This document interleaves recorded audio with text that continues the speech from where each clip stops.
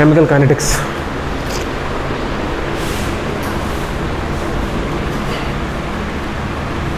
हाँ जी, देखिए इस चैप्टर में आप क्या पढ़ेंगे। इस चैप्टर में आपको जितने भी केमिकल रिएक्शन होते हैं उन सब की स्पीड के बारे में पढ़ना है कि कौन सा केमिकल रिएक्शन किस स्पीड से होगा, क्योंकि केमिकल रिएक्शन 3 टाइप के होते हैं स्पीड के बेसिस पर। एक रिएक्शन ऐसे जो वेरी फास्ट होते हैं, जो बहुत तेज़ी से हो जाते हैं। कुछ रिएक्शन ऐसे जो मॉडरेट स्पीड से होते हैं, तेज़ी से नहीं, और कुछ रिएक्शन ऐसे जो बहुत स्लो होते हैं। इन तीनों टाइप के रिएक्शंस को आपको स्टडी करना है। जैसे कि आप जब सॉल्यूशन बनाते हैं चीनी और पानी, मतलब नमक और पानी, चीनी और पानी, तो वो रिएक्शन जो हो रहा होता है ना वो जल्दी हो जाता है। वो एक ऐसा रिएक्शन है जो जल्दी हो जाता है। और आप जैसे फॉर एग्जांपल ऐसी एक गैस होती है N2O5, ठीक है, N2O5, उस गैस का डिकम्पोजिशन भी होता है। एक होता है हाइड्रोजन पेरोक्साइड का टूटना, ठीक है, एक होता है हाइड्रोजन ऑक्सीजन का मिलके पानी बनाना। जितने भी रिएक्शन होते हैं हर रिएक्शन की स्पीड अलग अलग होती है। कुछ रिएक्शन बहुत ज़्यादा टाइम लेते हैं होने में और कुछ रिएक्शन बहुत धीरे धीरे होते हैं, ठीक है। तो आपको रिएक्शन की स्पीड पढ़नी है चैप्टर में, पहली बात ये। उसके बाद आपको पढ़ना है रिएक्शन की स्पीड। स्पीड को रेट बोलते हैं जनरली हम लोग, rate change of velocity with respect to time, acceleration, उसी प्रकार से रेट ऑफ रिएक्शन बोलेंगे हम लोग। रेट ऑफ रिएक्शन का मतलब क्या होता है? स्पीड ऑफ रिएक्शन, रिएक्शन की स्पीड। रेट ऑफ रिएक्शन का मतलब स्पीड ऑफ रिएक्शन। और आप क्या पढ़ेंगे उसके बाद? आप पढ़ेंगे कि रेट ऑफ रिएक्शन जो होता है वो किन किन चीज़ों पर डिपेंड करता है। इस चैप्टर में भी थोड़ा थोड़ा आपको क्लास 11th इक्विलिब्रियम का थोड़ा फील आएगा। हल्का हल्का कुछ टॉपिक्स हैं जो डिस्कस किए जाएंगे यहाँ पर। उसके बाद आप पढ़ेंगे कि रेट, मतलब हम आपसे बोले कि आप पढ़ेंगे रेट ऑफ रिएक्शन किन किन चीज़ों पर डिपेंड करता है, वो सारे फैक्टर्स पढ़ेंगे। आप मॉलिक्यूलरिटी पढ़ेंगे, मॉलिक्यूलरिटी क्या होता है। मॉलिक्यूलरिटी पढ़ने के बाद फिर आप रिएक्शन के टाइप्स पढ़ेंगे, 0 order reaction, first order reaction, second order reaction, ठीक है। कुछ का आपको डीप में पढ़ना है, कुछ का सिर्फ एग्जाम्पल पढ़ लेना है। फिर स्यूडो फर्स्ट ऑर्डर रिएक्शन एक रिएक्शन होता है स्पेशल टाइप का, आपको वो भी पढ़ना है, ठीक है। फिर उसके बाद आरएनएस कॉन्सेप्ट पढ़ेंगे आप। फिर कहीं जा करके आपका चैप्टर खत्म होगा। चैप्टर छोटा सा है, टॉपिक्स कम है, जो हैं अच्छे हैं। इनमें कोई भी टॉपिक ऐसा नहीं कि बहुत डिफिकल्ट है, कोई भी ऐसा नहीं बहुत आसान है। चैप्टर का आधा सेक्शन जो पढ़ेंगे आप स्टार्टिंग से लेकर मिड तक, वो पूरा आसान, ईजी गोइंग है, बहुत आसान है। उसके बाद के जो टॉपिक्स हैं वो अपने आप में आसान टॉपिक्स हैं, अलग अलग टॉपिक्स हैं, इसलिए आपको थोड़ा ध्यान रखना है, बस और कुछ नहीं है, ठीक है। चलिए स्टार्ट करते लिखना। चैप्टर का नाम लिख लीजिए केमिकल काइनेटिक्स। इंट्रोडक्शन लिखेंगे 2 लाइन में, लिखिए।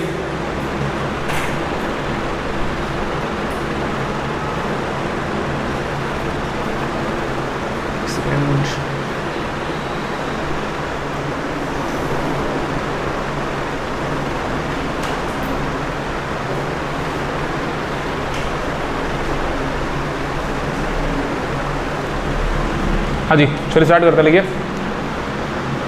It is the branch of physical chemistry. It is the branch of physical chemistry. It is the branch of physical chemistry which deals with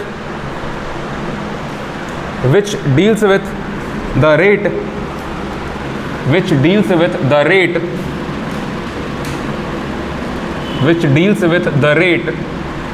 at which chemical reactions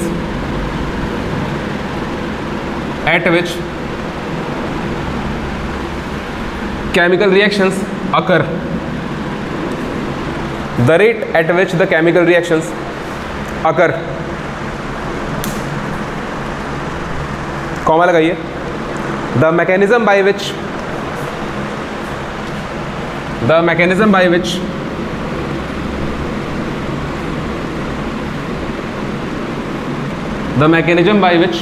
reactions take place. The mechanism by which the reactions take place and the influence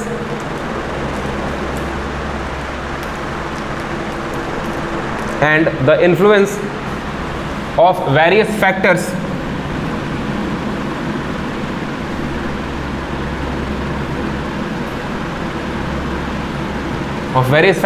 affecting the reaction. Various factors affecting the reactions. Example, मतलब उसी में continue करिए, अलग से example लिख करके solve मत करना है, उसी में कंटिन्यू करिए। Example, concentration, temperature, pressure, comma लगा करके, कॉन्सेंट्रेशन, टेम्परेचर, प्रेशर और क्या चीज, और कैटलिस्ट लिख लीजिए आप ना। कैटलिस्ट भी केमिकल रिएक्शन को तेज और धीरे कर सकते हैं। टेम्परेचर भी डिपेंड करता है ना, मतलब टेम्परेचर पे भी रिएक्शन डिपेंडेंट होते हैं। उसके बाद कॉन्सेंट्रेशन पे भी होते हैं।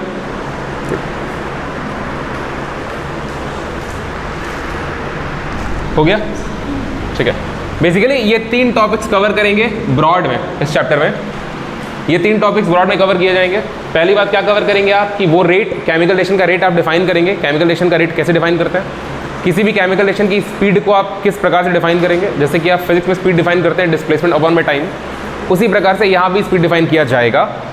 उसके बाद दूसरी बात यह है कि वो रिएक्शन किस मैकेनिज्म से हो रहा है, रिएक्शन किस मैकेनिज्म से हो रहा है इसका मतलब आप, और ध्यान रखना एक मैकेनिज्म ऑफ रिएक्शन ऑर्गेनिक में होता है SN1, SN2, E1, E2 आपको याद होगा, है ना। Nucleophilic substitution 1, nucleophilic substitution 2, elimination 1, 2, इस तरीके से करके ना। तो आप यहाँ पे वो डिस्कशन नहीं करेंगे। यहाँ पर जितने भी रिएक्शन आएंगे ज़्यादातर आपको इनऑर्गेनिक रिएक्शन दिखाई देंगे।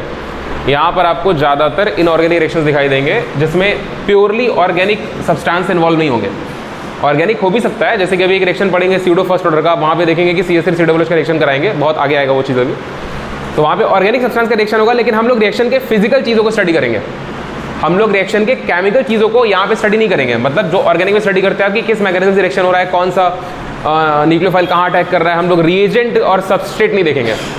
हम लोग ये नहीं देखेंगे कौन सा रिएजेंट किस सबस्ट्रेट के ऊपर अटैक कर रहा है, वो तो ऑर्गेनिक में देखेंगे आप। यहाँ पर आप ये देखेंगे इस चैप्टर में कि रिएक्शन का जो फिजिकल मैकेनिज्म है वो कैसे हो रहा है। फिजिकल मैकेनिज्म का मतलब है कि कितने मॉलिक्यूल आगे कंबाइन कर सकते हैं, कितने कितने मॉलिक्यूल या कितने कितने रिएक्टेंट पर असल में वो रिएक्शन डिपेंड करता है, कौन सा रिएक्टेंट होना चाहिए, कौन सा रिएक्टेंट बहुत ज़्यादा हो या बहुत कम हो उस पर रिएक्शन डिपेंड करेगा नहीं करेगा, ठीक है जी। एक रिएक्शन में एक सिंगल रिएक्टेंट बनाते, प्रोडक्ट बनाते टाइम पर कितने मॉलिक्यूल एक साथ कंबाइन कर सकते हैं, कितने एटम एक साथ कंबाइन कर सकते हैं, ये सब आप स्टडी करेंगे। तो असल में जो आप ऑर्गेनिक में स्टडी करते हैं वो ज़्यादा डीप और ज़्यादा माइक्रोस्कोपिक होता है। यहाँ पर आप थोड़ा सा ऊपर डिस्कशन करेंगे। यहाँ पे आप इलेक्ट्रॉनिक लेवल पे नहीं जाएंगे, हम ये बताना चाह रहे हैं। यहाँ पे आप एटॉमिक लेवल पे रिएक्शन को समझेंगे, ठीक है। रिएक्शन को समझने से पहले या फिर इन तीनों में से कुछ भी समझने से पहले, रिएक्शन के रेट को डिफाइन करने से पहले आपको बताएंगे कि रिएक्शन कितने टाइप के होते हैं। तो टाइप्स ऑफ रिएक्शन 3 होते हैं, एक वेरी फास्ट रिएक्शन या फिर इंस्टेंटेनियस रिएक्शन, मतलब कि रिएक्शन कराते रिएक्शन हो जाए, रिएक्शन कराते ही रिएक्शन हो जाए। इसका ये मतलब है जैसे कि रिएक्शन को स्टार्ट करते ही रिएक्शन कंप्लीट होने का ये मतलब नहीं है कि मतलब चुटकी बजाय हो गया, मतलब in a very very very short interval of time, जैसे कि 1 मिनट 2 मिनट रिएक्शन कंप्लीट हो जाए। आप जो रिएक्शन करा रहे हैं वो 1 मिनट 2 मिनट में रिएक्शन कंप्लीट हो जाए, वैसे रिएक्शन को आप वेरी फास्ट रिएक्शन बोलेंगे या फिर इंस्टेंटेनियस बोलेंगे। कुछ रिएक्शन ऐसे होते हैं, कुछ रिएक्शन ऐसे होते हैं जिनको कराने में 2 दिन 4 दिन 5 दिन लगता है, या फिर 1 दिन लग जाए, फिर 8-10 घंटे लग जाए, आपको वेट करना पड़े, वो हो गया मॉडरेट रिएक्शंस। देखो ऐसा कोई बैरियर डिफाइन नहीं किया गया है कि इतने टाइम में होगा तो उसको फास्ट बोलेंगे, इतने से इतने टाइम में होगा तो उसको मॉडरेट बोलेंगे। ये अंडरस्टैंडिंग है कि आप किसको जल्दी समझते हैं। 1-2 मिनट में अगर आपका काम हो जा रहा है तो फास्ट है, अगर 8-10 घंटे लग रहे हैं, 2 दिन लग रहा है, 4 दिन लग रहा है, तो उसको आप मॉडरेट बोलेंगे। और 8-10 साल लग जा रहा है, ऐसे रिएक्शंस हैं जिनको कंप्लीट होने में 8-10 साल लग जाएगा। अभी आप पढ़ेंगे radio active decay. Radio active decay जो होता है मतलब एक सब्सटेंस डीके हो रहा होता है ना, रेडियो एक्टिविटी आप हल्का सा आइडिया होगा, क्लास 11 में आपको पढ़ाए हुए हैं कि कोई भी हैवी एटम जो होता है उसका न्यूक्लियस डीके होता है, अल्फा बीटा गामा बाहर निकल रहा होता है ताकि न्यूक्लियस हल्का हो जाए। तो अल्फा बीटा गामा बाहर निकल रहा होता है तो न्यूक्लियस धीरे धीरे हल्का हो रहा होता है, और वो रिएक्शन जो होता है वो कंटिन्यू होता ही रहता है लाइफ टाइम। बस मेरे वो रिएक्शन कभी कंप्लीट नहीं होता है, ठीक है। आप कुछ रिएक्शन का कंप्लीशन टाइम जिसको लाइफ टाइम बोलते हैं, आप किसी भी रिएक्शन का, बहुत से रिएक्शन ऐसे होते हैं जिनका आप लाइफ टाइम नहीं निकाल सकते हैं, उनका लाइफ टाइम इनफाइनाइट होता है, ठीक है, मतलब बहुत ज़्यादा समय लग जाएगा आपको पता नहीं, तो उसका हाफ लाइफ निकाला जाता है। तो इस चैप्टर में आप रिएक्शन के हाफ लाइफ को भी निकालेंगे। ऐसे रिएक्शन जो कभी कंप्लीट नहीं हो सकते उनकी हाफ लाइफ निकाल सकते हैं। रेडियो एक्टिविटी के आप रेडियो एक्टिविटी चैप्टर भी पढ़ेंगे तो वहाँ पर ये चीज़ रिलेट करेगा, ठीक है जी। तो चलिए हेडिंग लगाइए टाइप्स ऑफ रिएक्शंस, हेडिंग लगाइए टाइप्स ऑफ रिएक्शंस।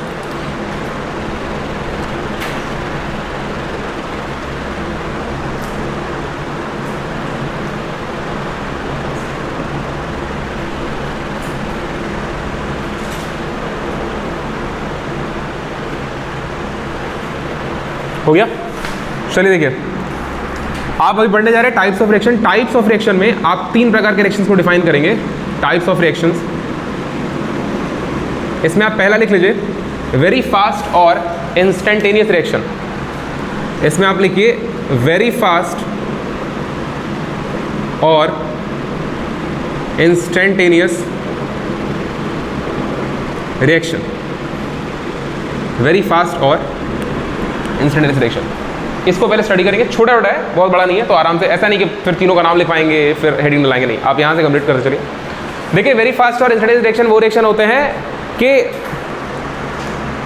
ये रिएक्शन, देखो इस रिएक्शन के बारे में आपको दो बात ध्यान रखनी है। सबसे पहली बात, ये रिएक्शन बहुत तेजी से हो जाएगा, इतना तेज होता है कि इसका रेट निकालना, मतलब इन रिएक्शन की स्पीड निकालना ऑलमोस्ट, या तो वेरी डिफिकल्ट बोले या ऑलमोस्ट इम्पॉसिबल बोलिए आप। इन रिएक्शंस के रेट निकालना हमारे बस में नहीं है, मतलब अगर तुम आ जाओगे निकालने ही पे तो दुनिया का सारा काम छोड़ के निकाल ही दोगे, लेकिन जनरली आप जैसे सवाल सॉल्व कर रहे होते हैं उस तरीके से इन रिएक्शंस का रेट जो है वो प्रैक्टिकली निकालना डिफिकल्ट होता है। हम इम्पॉसिबल नहीं बोलेंगे क्योंकि आज तो बहुत कुछ पॉसिबल है, इन रिएक्शंस का रेट निकालना कि ये रिएक्शन किस स्पीड से हो रहे हैं, बस मेरी क्या। तो जिन रिएक्शंस का रेट निकालना बहुत डिफिकल्ट है, क्यों डिफिकल्ट है, क्योंकि इतने तेजी से हो जाएगा ना वो कि आपको पता ही नहीं चलेगा, मतलब बस हो गया, तो इन रिएक्शंस को आप बोलेंगे वेरी फास्ट। दूसरी बात ये कि जनरली ऐसे रिएक्शन वो होते हैं जिनमें आयनिक स्पेसीज का एक्सचेंज इन्वॉल्व होता है। आयनिक स्पेसीज समझते हैं आप, जैसे AgNO3 सॉल्ट है, बस मेरी का, अगर वो पानी में डालेंगे डिसोसिएट हो जाएगा Ag + NO3-। तो ऐसे रिएक्शन अभी हम लोग पढ़ेंगे उसको आगे, बहुत सुंदरतापूर्वक पढ़ेंगे इस चैप्टर को, ठीक है। इस चैप्टर में कुछ आपको ग्राफ भी मिलेंगे, ठीक है। तो अच्छा, तुमको पता है इस चैप्टर में, ये चैप्टर बोरिंग नहीं है, इस चैप्टर में इतने सारे चीज़ें हैं ना, इस चैप्टर में इतने छोटे छोटे सुंदर पॉइंट्स हैं और सवाल उन पर सीधे आ जाता है, ठीक है।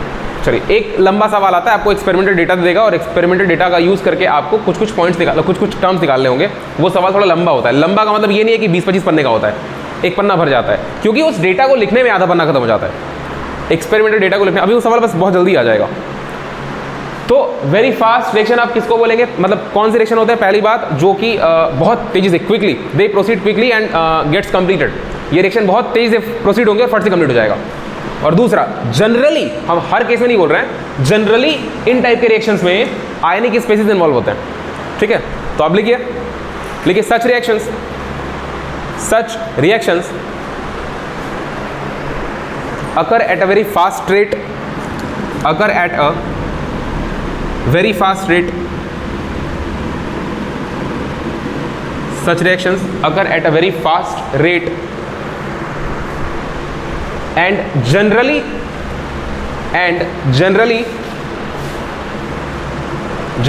these reactions involve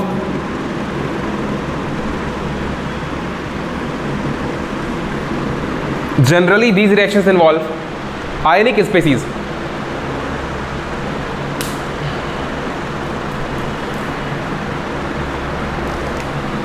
Generally these involve ionic species. बात में आएगा, फुल स्टॉप लगाइए। It is almost impossible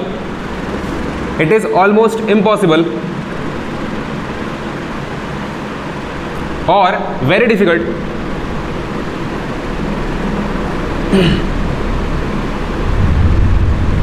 it is almost impossible or very difficult to determine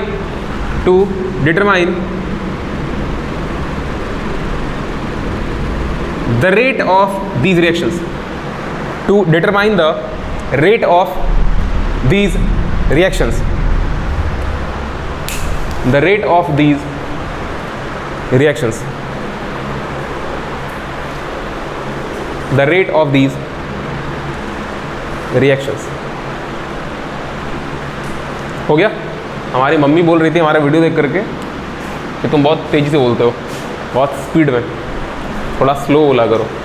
हम बोले क्या बताएं, सबको ऐसे आदत हो गया सुनने का, अब हम स्लो बोलेंगे तो फिर तुम लोग बोर हो जाओगे। बात समझ में आ रही है? जो क्लास 1 घंटा 15 मिनट की होती है वो क्लास 2 घंटा 30 मिनट की हो जाएगी। सही बात है। हम अपने मम्मी से बोले कि यूट्यूब पे ऑप्शन होता है स्लो करने का, वो बोल रही है फिर भी तुम उसमें तेज ही लगोगे। अभी हमको याद आ गया, तो देखो इन रिएक्शंस के एग्जाम्पल आपको हम 2 सिंपल से एग्जाम्पल लिखवा देते हैं, ठीक है। मेरी आदत ही नहीं यार धीरे बोलने की। आपको हम 2 एग्जाम्पल लिखवाते हैं, दोनों एग्जाम्पल आपको समझ में आएगा ना दोनों। अच्छा, जिन रिएक्शंस में आयनिक स्पेसीज इन्वॉल्व होते हैं जनरली उन रिएक्शन को आयनिक रिएक्शन बोलते हैं ना। जिन रिएक्शंस में आयनिक स्पेसीज इन्वॉल्व होती हैं जनरली उन रिएक्शन को आयनिक रिएक्शन बोलते हैं। आपको समझ में आ रहा है कि ये रिएक्शन तेज क्यों होते होंगे? क्योंकि आयनिक स्पेसीज इन्वॉल्व है, बहुत तेजी से खिंच जाते होंगे ना, क्योंकि देखो पानी में डालते ही डिसोसिएट तो हो। जैसे मान लो लेट अस एज्यूम आप पानी के अंदर AgNO3 एक सॉल्ट होता है, उसको डाल दिए, ठीक है। आप पानी के अंदर क्या डाल दिए, AgNO3 डाल दिया, AgNO3 डाल दिया ना, और उसी पानी के अंदर आप NaCl भी डाल दिए, उसी पानी के अंदर आप NaCl भी डाल दिए, बस में आएगा। या फिर आप ऐसा मान लीजिए कि आप एसिड ले लिए, HCl ले लिए, और उसके साथ में बेस ले लिए, दोनों एक्वस नहीं लेंगे, HCl ले लिए और NaOH ले लिए। ये आपको ज़्यादा अच्छे समझ में आएगा क्योंकि एक अच्छा 9 से बढ़ता है ना। HCl ले लिए, NaOH ले लिए, H2 प्लस में Cl2 माइनस में Na प्लस और OH माइनस। यहाँ पे जो अट्रैक्शन होगा, HCl जब H प्लस और Cl माइनस टूटा होगा तो इंतजार ही कर रहा होगी तुम NaCl डालो, तो NaOH डालो, तो तुमको दिखाई नहीं देगा दोबारा। आप NaOH डाले, NaOH पानी देख करके फैल गया, मतलब Na प्लस Cl माइनस हो गया, और जैसे ही Na प्लस बना Cl माइनस पकड़ लिया उसको, और जैसे ही OH माइनस H पकड़ लिया, बोला तुम पानी बनो। बात में आ रही है? तो ये reaction due to ionic interaction, bond strong होता है तो बहुत तेजी से बनेगा। ड्यू टू आयनिक इंटरेक्शन ये रिएक्शन बहुत फास्ट हो जाता है। बात में आ रही है? तो एग्जाम्पल लिखिए, आपको बता रहे एग्जाम्पल लिखिए, वो लिख लीजिए HCl plus NaOH, HCl plus NaOH हम लिख दे रहे हैं यहाँ पे, HCl एक्वस ले लेना प्लस NaOH एक्वस, प्रोडक्ट लिखिए खुद से, प्रोडक्ट लिखिए खुद से,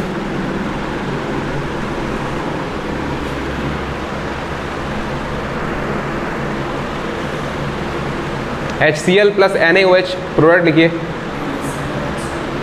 NaCl प्लस ये H2O तो लिक्विड ही है, H2O के आगे एक्वस लिखोगे क्या?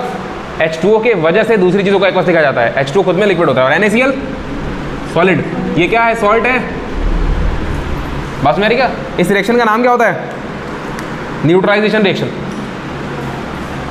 आयन एक्सचेंज रिएक्शन भी इसको बोल सकते हैं, कोई दिक्कत नहीं है। डबल डिस्प्लेसमेंट भी आप बोल सकते हैं, कोई दिक्कत नहीं है, लेकिन इसका नाम तमीज से क्या होता है? न्यूट्रलाइजेशन रिएक्शन ना, पहली बार तो इसी नाम से पढ़ते हैं इसको हम लोग। बस में क्या, इसका नाम न्यूट्रलाइजेशन रिएक्शन। चलो एक और एग्जांपल देखो, इसका आप एक और एग्जांपल देखिए। देखिए आप ले लीजिए ना AgNO3 ले लीजिए, सिल्वर नाइट्रेट एक्वस में ले लीजिए, और इसके साथ में आप NaCl ले लीजिए, ये भी एक्वस ले लीजिए। देखिए आयन एक्सचेंज होगा और AgCl बनेगा और NaNO3 बनेगा, ठीक है। देखो AgCl क्या होता है तुमको पता है, तुमको 10 में पढ़ाया गया है, ठीक है, तुमको 10 में पढ़ाया गया। क्या होता है ये प्रेसिपिटेट होता है, AgCl प्रेसिपिटेट होता है, बात समझ रही है? और इसको आप एक्वस लिख दे, कोई दिक्कत नहीं है, ठीक है। ये हो गया रिएक्शन। तो ऐसे रिएक्शन जिनमें प्रेसिपिटेट बनता है उन रिएक्शन को क्या बोलते हैं? प्रेसिपिटेशन, प्रेसिपिटेशन रिएक्शन, ठीक है। दूसरा एग्जांपल आप ये लिख लीजिए।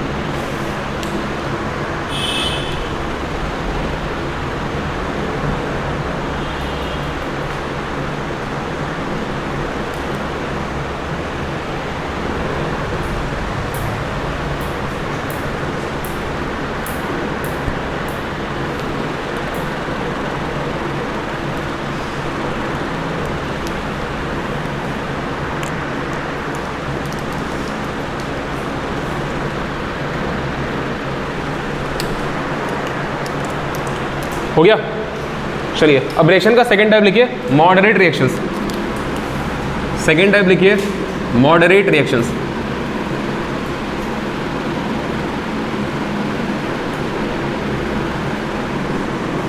देखिए मॉडरेट रिएक्शंस क्या होता है? असल में आप इस चैप्टर में जिन रिएक्शन की स्टडी पूरे तमीज से करेंगे वो यही रिएक्शंस होते हैं। आप इस चैप्टर में मॉडरेट रिएक्शंस की स्टडी ही करेंगे, ठीक है। पहला रिएक्शन ये हो गया वेरी फास्ट और इंस्टेंटेनियस रिएक्शन, दूसरा हो गया मॉडरेट रिएक्शन, तीसरा होगा वेरी स्लो। वेरी स्लो का रेट आप डिटरमाइन नहीं करेंगे क्योंकि वो रिएक्शन का रेट आपको डिटरमाइन करना नहीं है, क्योंकि जनरली डेली लाइफ में जिन रिएक्शंस के साथ आप डील करते हैं ना, डेली लाइफ में जिन रिएक्शन के साथ आप डील करते हैं, जिनके ऊपर केमिस्ट्री परफॉर्म की जाती है, वो ज़्यादातर रिएक्शन मॉडरेट रिएक्शन होता है।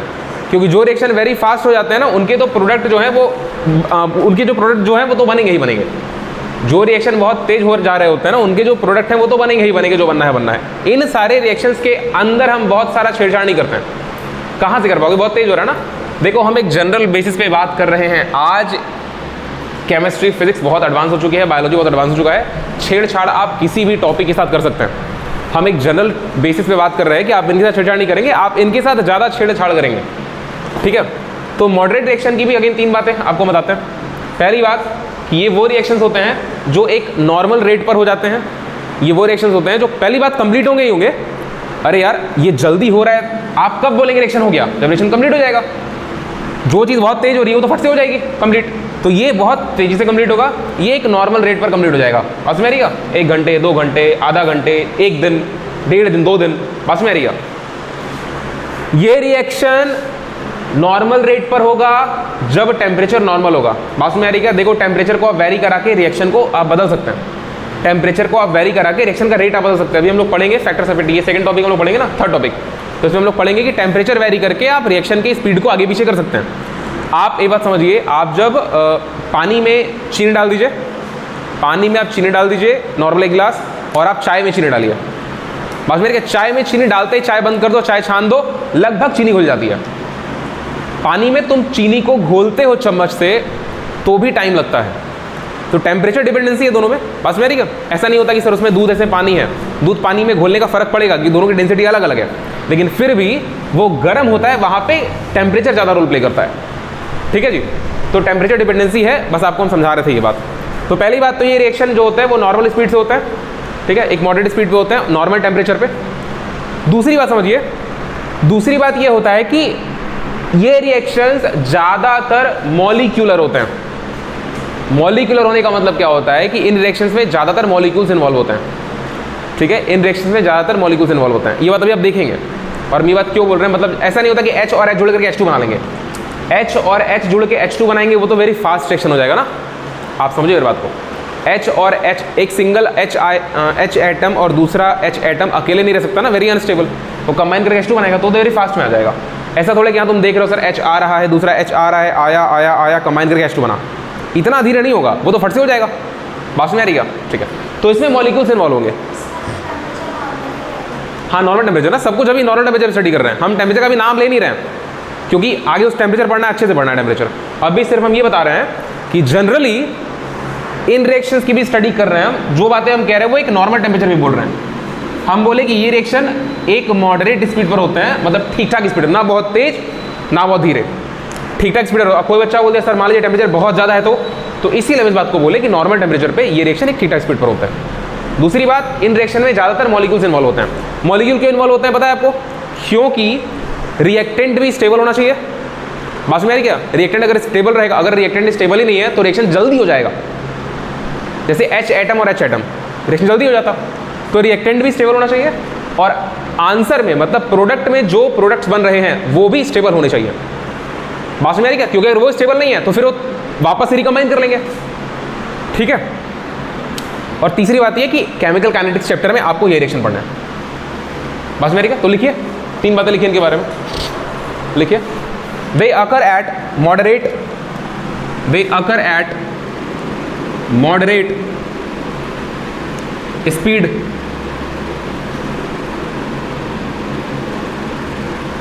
Eight room temperature. Moderate speed या मॉडरेट रेट या normal speed, normal rate, normal जिसको आप नॉर्मल समझते हैं।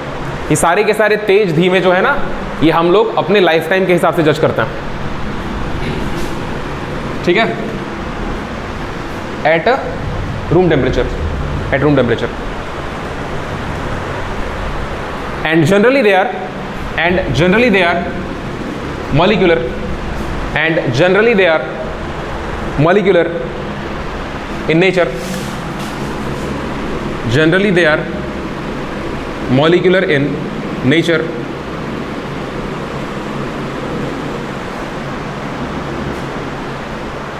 hence they are studied, hence they are studied, they are studied on a vast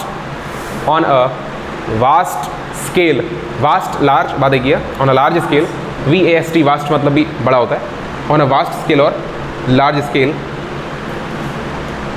बस ये 3 बात है ना, ठीक है जी।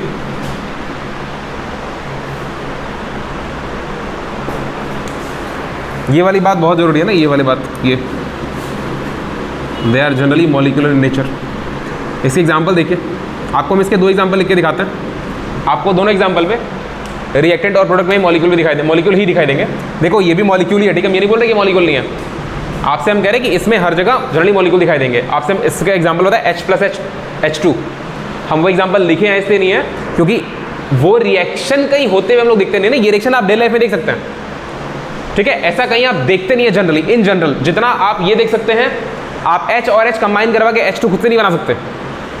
आप H और H कंबाइन करवा के H2 खुद से नहीं बना सकते, लेकिन आप स्कूल वगैरह में ये करते हैं ना, आप ये कर सकते हैं स्कूल में। बात समझ में आ रही है? हाँ जी, तो इसकी 2 एग्जाम्पल देखते हैं जहाँ पे मॉलिक्यूल्स इन्वॉल्व होंगे। देखिए ये क्या होता है, हाइड्रोजन पेरोक्साइड होगा ये, ठीक है। इसको हम डिकम्पोज करवाते हैं, मतलब डिसोसिएट करवाते हैं, तो बनेगा ये H2O और O2 बनाते हैं। रिएक्शन बैलेंस करने के लिए यहाँ 2 लगा दीजिए और यहाँ 2 लगा दीजिए। हो गया ना? हाँ हो गया ना, ठीक है जी। तो एक एग्जांपल तो ये हो गया हाइड्रोजन पेरोक्साइड का डिकम्पोजिशन। और एक और एग्जांपल देखिए, N2O5। N2O5 गैस होती है ना, डाई नाइट्रोजन पेंटॉक्साइड। इसको आप N2O4 में ब्रेक करिए और O2 निकाल दीजिए। रिएक्शन बैलेंस करने के लिए आप यहाँ 2 लगा दीजिए, हो गया, और यहाँ भी 2 लगा दें। हाँ जी, ठीक। आप 2 एग्जाम्पल लिख लीजिए इसके। ये चैप्टर भी पढ़ते पढ़ते आपको बहुत सारे रिएक्शंस का ज्ञान हो जाएगा, बहुत सारे रिएक्शंस का ज्ञान हो जाएगा।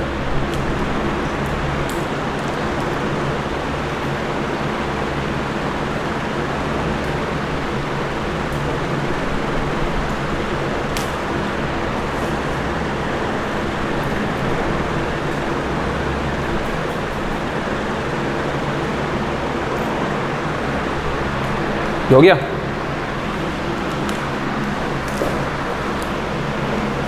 ये क्या है, decomposition of H2O2, decomposition of N2O5, ठीक है। डिकम्पोज हो रहा समझते हैं ना, डिकम्पोज होना और छोटे पार्ट से टूट जाना, ठीक है। हाँ जी, थर्ड लिखिए, very slow reaction, very slow reaction.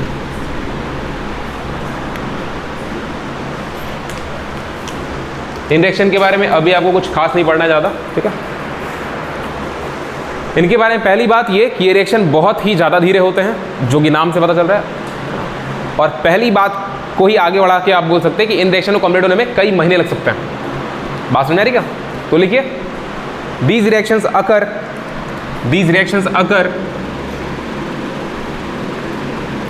At a very slow rate, these reactions occur at a very slow rate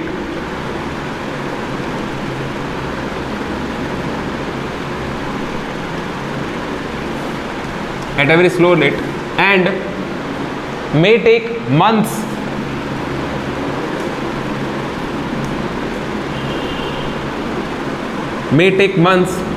to show any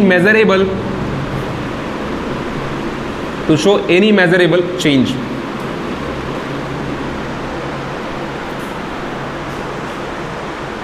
ये जो रिएक्शंस हैं ये बहुत धीरे धीरे होंगे, ठीक है। अच्छा, इसका ये मतलब नहीं है ना, इसका ये मतलब नहीं कि सारे के सारे रिएक्शन मंथ ही लेंगे। हो सकता है कुछ रिएक्शन 20 दिन ले, 25 दिन ले, तो उसको भी आप 100 में ही काउंट करेंगे। बात समझ आ रही क्या? एक ऐसा टाइम पीरियड जिसमें आपका फोकस सिर्फ रिएक्शन पे ना रह जाए, आप बाकी दुनिया काम करके आए तो भी रिएक्शन चल ही रहा है। बात समझ आ रही क्या? तो उसको आप बोलेंगे इसको रिएक्शन में काउंट कर लेंगे ना। जैसे मान लो अगर 1 घंटे में कोई रिएक्शन कंप्लीट हो तो आप 1 घंटे बैठ के रिएक्शन को वॉच कर सकते हैं, क्योंकि क्या पता कुछ चेंज दिख जाए 1 घंटे में। अगर 1 घंटे में रिएक्शन कंप्लीट हो रहा है, स्टैंडर्ड टाइम हो सकता है 55 मिनट कंप्लीट हो जाए, ठीक है। अगर आप रिएक्शन नापने ही बैठे हैं टाइम लेकर के कि हाँ ठीक है कंप्लीट हो रहा है, तो 1 घंटे आप बैठ सकते हैं वॉच करने के लिए। लेकिन आप 30 दिन नहीं बैठ सकते ना, आप 25 दिन नहीं बैठ सकते, आप 20 दिन में चलो देखते हैं 20 दिन में क्या होता है। बस मेरी क्या, आप 8 महीने बैठ नहीं सकते ना कि हाँ ठीक है, आप ऐसा नहीं कर सकते, आप ऐसा नहीं कर सकते। तो इसका एक बहुत कॉमन एग्जांपल आपको बताऊंगा, रस्टिंग ऑफ आयरन आप जानते हैं, रस्टिंग ऑफ आयरन आप जानते हैं, ठीक है। देखो कई बार ऐसा होता है कि कुछ कुछ घर तुम देखोगे जो पिलर्स पे बने होते हैं, ठीक है, और कुछ कुछ घर जो होते हैं ना वो अंडर कंस्ट्रक्शन ही होते हैं, उनको छोड़ दिया जाता है, मतलब घर पूरा बन नहीं पाता। कई बार ऐसा होता है किसी वजह ज़मीन पे स्टे लग जाता है या फिर ज़मीन मतलब लफड़े वाली होती है तो केस में लोग फंस जाते हैं, तो आधा कंस्ट्रक्शन करा के कई बार ऐसा होता है कि गवर्नमेंटल जो प्रोजेक्ट्स होते हैं, सरकारी प्रोजेक्ट्स होते हैं, वो भी किसी न किसी वजह से अगर रुक जाते हैं तो उनमें जो ईंटा वगैरह लगा होता है, दीवार वगैरह बनी होती है, वो वहाँ रुक जाती है, तो उनमें लगे होते हैं छड़, लोहे के छड़ लगे होते हैं उनमें, ठीक है। अब बारिश के वजह से या फिर कई बार ऐसा होता है कि अगर कोई जैसे घर का जो बेसमेंट होता है, बेसमेंट में पिलर लगा होता है, तो अगर घर के बेसमेंट में पानी भर गया, तो अगर घर के बेसमेंट में पानी भर गया तो क्या होगा, धीरे धीरे वो पानी के वजह से जो सीमेंट वगैरह है वो धीरे धीरे छूटते बह जाएगा, बचेगा क्या, सिर्फ वो रॉड बच जाएगी। और स्लोली एंड ग्रेजुअली क्या होता है कि वो रॉड के अंदर, वो रॉड जो होता है ना उसके अंदर रस्टिंग हो जाती है ना, रॉड की रस्टिंग हो जाती है, आयरन की रस्टिंग हो जाती है। आयरन की रस्टिंग एक दिन नहीं, ऐसा नहीं कि तुम पानी के अंदर आयरन की रॉड डाल करके कल जाओगे और आज रॉड गायब हो जाएगी, ऐसा नहीं होता है, ठीक है। इट टेक्स मंथ्स, सच बात है, महीने लग जाते हैं पूरे तरीके से। देखो वो जो हम लोग मरकरी सेल आप पढ़ रहे थे, मरकरी सेल में भी डिस्कशन हो रहा था कि मरकरी सेल का जो बॉडी होता है ना, स्टील वाली बॉडी होती है, उस पर भी जंग लग जाता है। अगर आपकी घड़ी में हल्का फुल्का पानी घुस जाए कहीं से और आप 3-4 महीने बाद अपनी घड़ी खोले तो हल्का हल्का जंग उस पर लगा होता है, तो हल्का हल्का जंग लगा होता है, इसका ये मतलब नहीं कि वो रिएक्शन कंप्लीट हो गया। रिएक्शन कंप्लीट का मेरा ये मतलब है कि पूरा लोहा खराब हो जाए, पूरा लोहा खराब हो जाए तो बोलेंगे रिएक्शन कंप्लीट हो गया ना, तो उसको कई बार उन्हें महीने लग जाते हैं, ठीक है। तो जनरली जो होता है rusting corrosion of iron, corrosion बोल सकते हैं इसको, वो बेस्ट एग्जांपल होता है। एग्जांपल लिखिए इसका, रस्टिंग ऑफ आयरन, एग्जांपल लिखिए रस्टिंग ऑफ आयरन।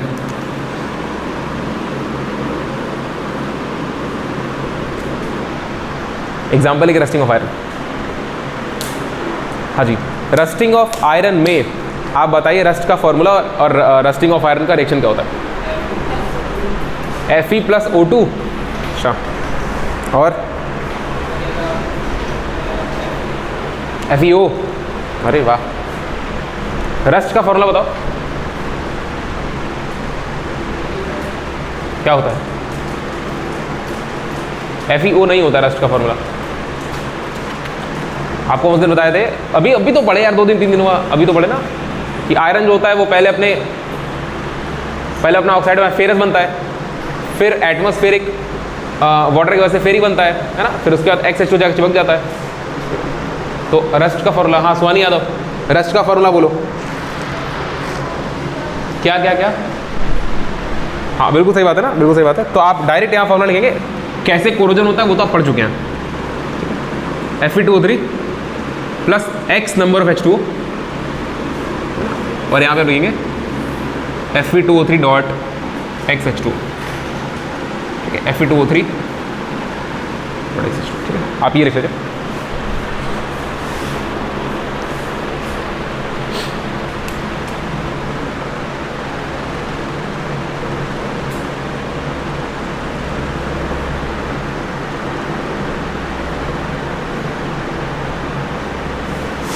हो गया।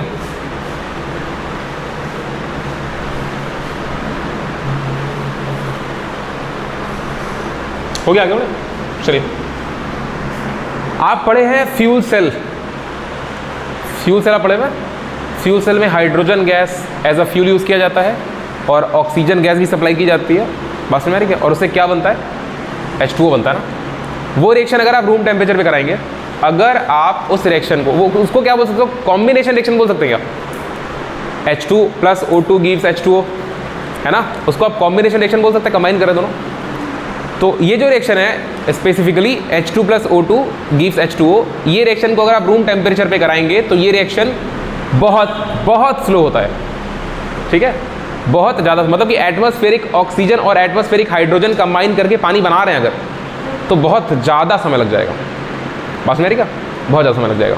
क्योंकि अच्छा आपको पता है ना, उस केस में जो फ्यूल सेल होता है आपको उसमें लिखवाएगा कि उसका टेम्परेचर जनरली हाई रखा जाता है, ताकि वो जो पानी है वो इवेपोरेट हो जाए, और पानी जो है वो वेपराइज होकर के आता है, तो उसको हम लोग एक पाइप में डाल के, है ना, उसको कंडेंस करके लिक्विफाई करके उसको पीने वाले पानी मिला देते हैं, क्योंकि वो प्योर वाटर होता है। तो अगर उस रिएक्शन को आप रूम टेम्परेचर पे करवाएंगे तो वो रिएक्शन जो है वो बहुत ज़्यादा टाइम मिलेगा कंप्लीट होने में। उसको भी लिख लीजिए आप, है ना, आप लिख लीजिए H2 प्लस O2 H2O। यहाँ लिख लीजिएगा, यहाँ लिख लीजिएगा रूम टेम्परेचर, ठीक है जी, रूम टेम्परेचर। रिएक्शन बैलेंस करने के लिए आप यहाँ 2 लगा दीजिए और यहाँ भी 2 लगा दीजिए।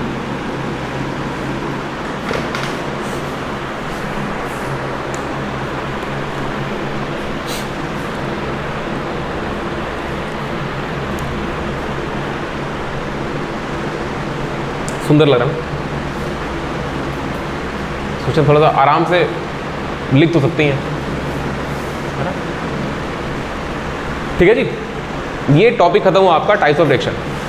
3 टाइप के रिएक्शंस होते हैं, आपको स्टडी करना है मॉडरेट रिएक्शन, पहला वेरी फास्ट, फिर मॉडरेट, तीसरा very slow. Very fast reaction में क्या होता है, बहुत तेजी से हो रहा होता है वो रिएक्शन, उसका रेट जो है वो कैलकुलेट करना, मेजर करना ऑलमोस्ट इम्पॉसिबल होता है, और वो रिएक्शन जो होते हैं वो आयनिक स्पीसीज को कंटेन करते हैं, इन्वॉल्व रखते हैं जनरली। फिर मॉडरेट रिएक्शन जो होता है वो नॉर्मल रेट में होता है, और जो होता है वो मॉलिक्यूलर रिएक्शंस होते हैं ज़्यादातर। वेरी स्लो रिएक्शन जो होते हैं बहुत धीरे होते हैं और बहुत टाइम ले लेते हैं कंप्लीट होने में। उनके अंदर मेजरेबल चेंज की रिएक्शन हो भी रहा है ये पता करने में आपको बहुत समय लगेगा ना। आप लोहा को लेके कितने घंटे घूमते रहिए, घूमते, मतलब आप एक स्टील की घड़ी पहन लीजिए, ठीक है, आप एक स्टील की घड़ी पहन लीजिए। अरे घड़ी होती है ना स्टील की, स्टेनलेस स्टील घड़ियाँ होती हैं, वॉच, तो आप उस घड़ी को पहन के घूमते रहिए। आप देखिए आज रस्ट लगेगा, आज रस्ट लगेगा। रस्ट उस दिन लगेगा जिस दिन तुम भूल जाओगे चेक करना ही, कुछ टाइम के बाद रस्ट लग गया, ठीक है, ऐसा होता है। तो मतलब it takes very very very large amount of time to show any measurable change, है ना, एनी मेजरेबल चेंज, ठीक है। तो अगला हेडिंग लगाइए आप चैप्टर का। चलते हैं यहाँ पे रेट ऑफ रिएक्शन पे। रेट हेडिंग लगाइए, रेट ऑफ रिएक्शन हेडिंग लगाइए, रेट ऑफ रिएक्शन।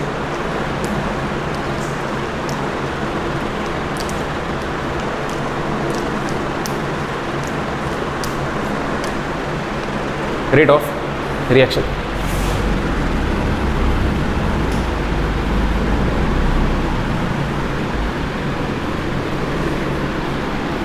देखो तुमको हम एक बात समझाते हैं। रेट से रिलेटेड आपको 3 टर्म्स पढ़ने होता है, ठीक है।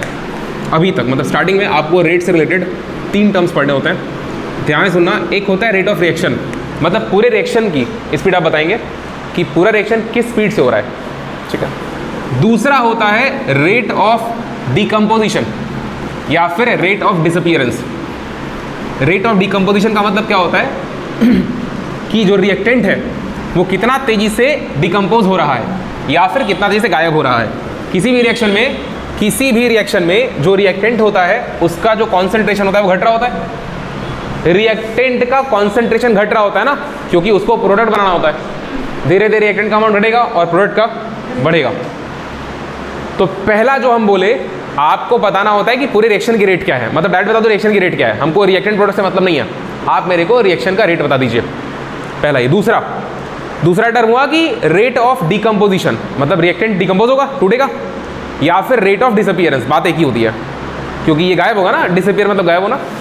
तो रेट ऑफ डिकम्पोजिशन और रेट ऑफ डिसअपीयरेंस बात एक ही है। तो दूसरी बात ये हो गई, पहली बात रेट ऑफ रिएक्शन, दूसरी बात रेट ऑफ डिसअपीयरेंस या डिकम्पोजिशन, और तीसरी बात rate of appearance, rate of appearance या फिर rate of formation. Rate of appearance या फिर रेट ऑफ फॉर्मेशन, कौन चीज अपीयर हो रहा होगा, प्रोडक्ट जो है वो पैदा हो रहा होगा, बस मेरी का, या फिर प्रकट हो रहा होगा या फिर बन रहा होगा। तो रेट ऑफ फॉर्मेशन या फिर रेट ऑफ अपीयरेंस, ये प्रोडक्ट के लिए आप बोलेंगे, ठीक, ये बोलेंगे आप प्रोडक्ट के लिए। अगर कोई चीज़ घट रही होती है तो उसका आंसर नेगेटिव आता है। अगर कोई चीज़ बढ़ रही, जनरली अगर कोई चीज़ घट रही है तो उसको आप माइनस साइन से दिखा सकते हैं, और अगर कोई चीज़ पैदा हो रही होती है तो उसको आप प्लस साइन से दिखाते हैं। या फिर हम ऐसे बोले तो भी गलत नहीं होगा कि अगर कोई चीज़ घट रही होती है तो आंसर जब आप निकालेंगे तो ऑटोमेटिक उसके आंसर में नेगेटिव साइन आ जाएगा, और अगर कोई चीज़ बन रही होती है तो उसका अमाउंट बढ़ रहा है ना, तो फाइनल माइनस इनिशियल करके आप चेंज निकालेंगे तो हमेशा वो पॉजिटिव आएगा, ठीक है। तो हम 3 प्रकार के रेट पढ़ेंगे और तीनों रेट में क्या रिलेशन है आपको ये देखना होता है। रेट ऑफ रिएक्शन जो होता है उसको आप डायरेक्ट भी निकाल सकते हैं, या फिर रेट ऑफ फॉर्मेशन के हेल्प से भी निकाल सकते हैं, या फिर रेट ऑफ डिसअपीयरेंस या फिर डिकम्पोजिशन से भी निकाल सकते हैं। मतलब जो सेकंड और थर्ड वाले थे ना, फॉर्मेशन और डिकम्पोजिशन, इन दोनों का यूज करके आप रेट ऑफ रिएक्शन निकाल सकते हैं। ऐसे ही निकाला जाएगा। स्टार्टिंग में आपसे पूछेगा पूरे रिएक्शन का रेट क्या है, तो पूरे रिएक्शन का रेट आपको निकालने के लिए रिएक्शन स्टडी करना पड़ेगा, और यहाँ पर आएगा स्टोइकियोमेट्रिक कोएफिशिएंट का रोल। स्टोइकियोमेट्रिक कोएफिशिएंट आपको पता होना चाहिए, जैसे A plus B B gives C C plus D D, तो छोटा ए छोटा बी छोटा सी छोटा डी क्या होता है? Stoichiometric coefficients of A B and C D respectively, ठीक है। या फिर उसको आप पी क्यू आर एस भी लिख सकते हैं, कोई दिक्कत नहीं है, सॉरी उसको आप पी क्यू आर एस भी लिख सकते हैं, ठीक है, आपको जो ठीक लगे, के एल एम एल लिख दो, पी क्यू आर एस लिख दो, कुछ भी लिख दो, ठीक है जी। तो लिखिए, हेडिंग क्या लगाए हो? हाँ लिखिए, इट इज द स्पीड, लिखिए इट इज द स्पीड और velocity of a reaction, it is the speed और velocity of a reaction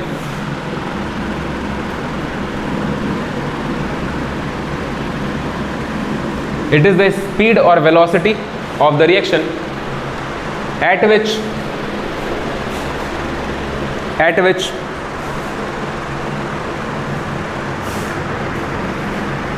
the concentration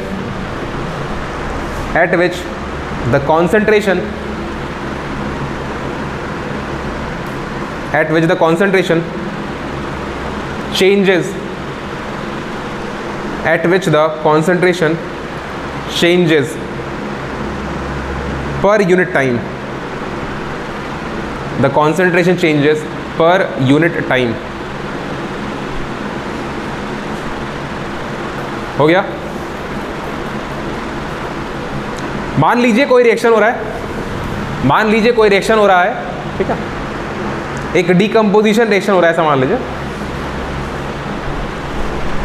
उस डीकंपोजिशन रिएक्शन में मान लीजिए कोई जो प्रोडक्ट है, मान लीजिए जो प्रोडक्ट नहीं, रिएक्टेंट जो है, उस रिएक्टेंट का इनिशियल कॉन्सेंट्रेशन मान लीजिए x1 था, ठीक है, मतलब शुरुआत में वो x1 मोल प्रेजेंट था पर यूनिट वॉल्यूम, कॉन्सेंट्रेशन की बात चल रही है तो पर यूनिट वॉल्यूम ले लेंगे, कोई दिक्कत नहीं।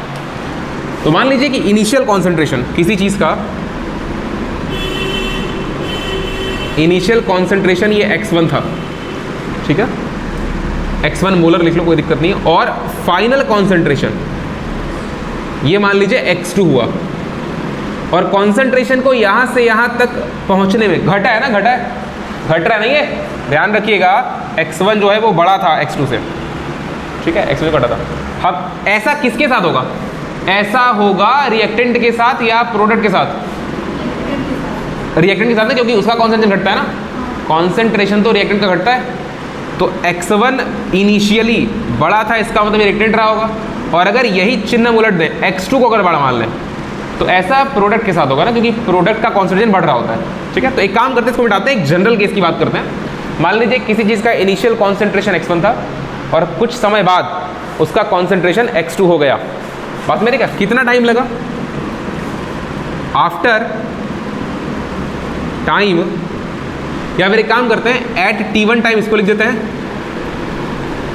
t1 टाइम पर जब आप समय देखें तो उसका इनिशियल कॉन्सेंट्रेशन x1 था, और कुछ समय बाद t2 टाइम के बाद कॉन्सेंट्रेशन क्या हो गया?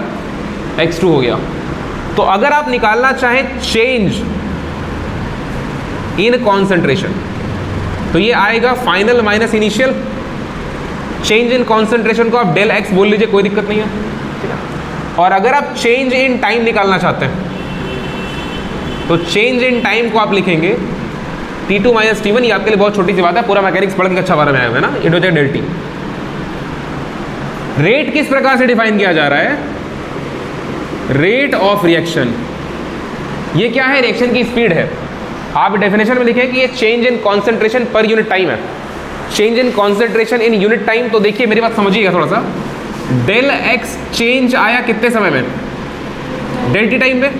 तो डेल टी टाइम में चेंज आया डेल एक्स, तो यूनिट टाइम में चेंज कितना आएगा? इसको नीचे करना पड़ेगा, तो आप लिखेंगे डेल एक्स अपॉन में डेल टी। या फिर अगर आप डेफिनेशन से जाएं तो भी आपको समझ में आना चाहिए कि change in concentration per unit time. बात समझ आ रही है? ये बनता है आपका रेट ऑफ रिएक्शन का फॉर्मूला। और इसी बात को थोड़ा सा आगे फर्दर आप ओपन करके भी लिख दीजिए, कोई दिक्कत नहीं है।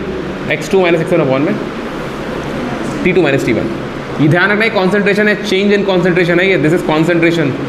x2 and x1 are concentration, ठीक है, ये सब कॉन्सेंट्रेशन है। कॉन्सेंट्रेशन को आप बड़े ब्रैकेट में लिखते हैं, आपको पता नहीं है बात, ठीक है जी। ये हो आपका रेट ऑफ रिएक्शन, इसको लिख डालिए। ये इस चैप्टर का, असल में ये इस चैप्टर का इंट्रोडक्शन है।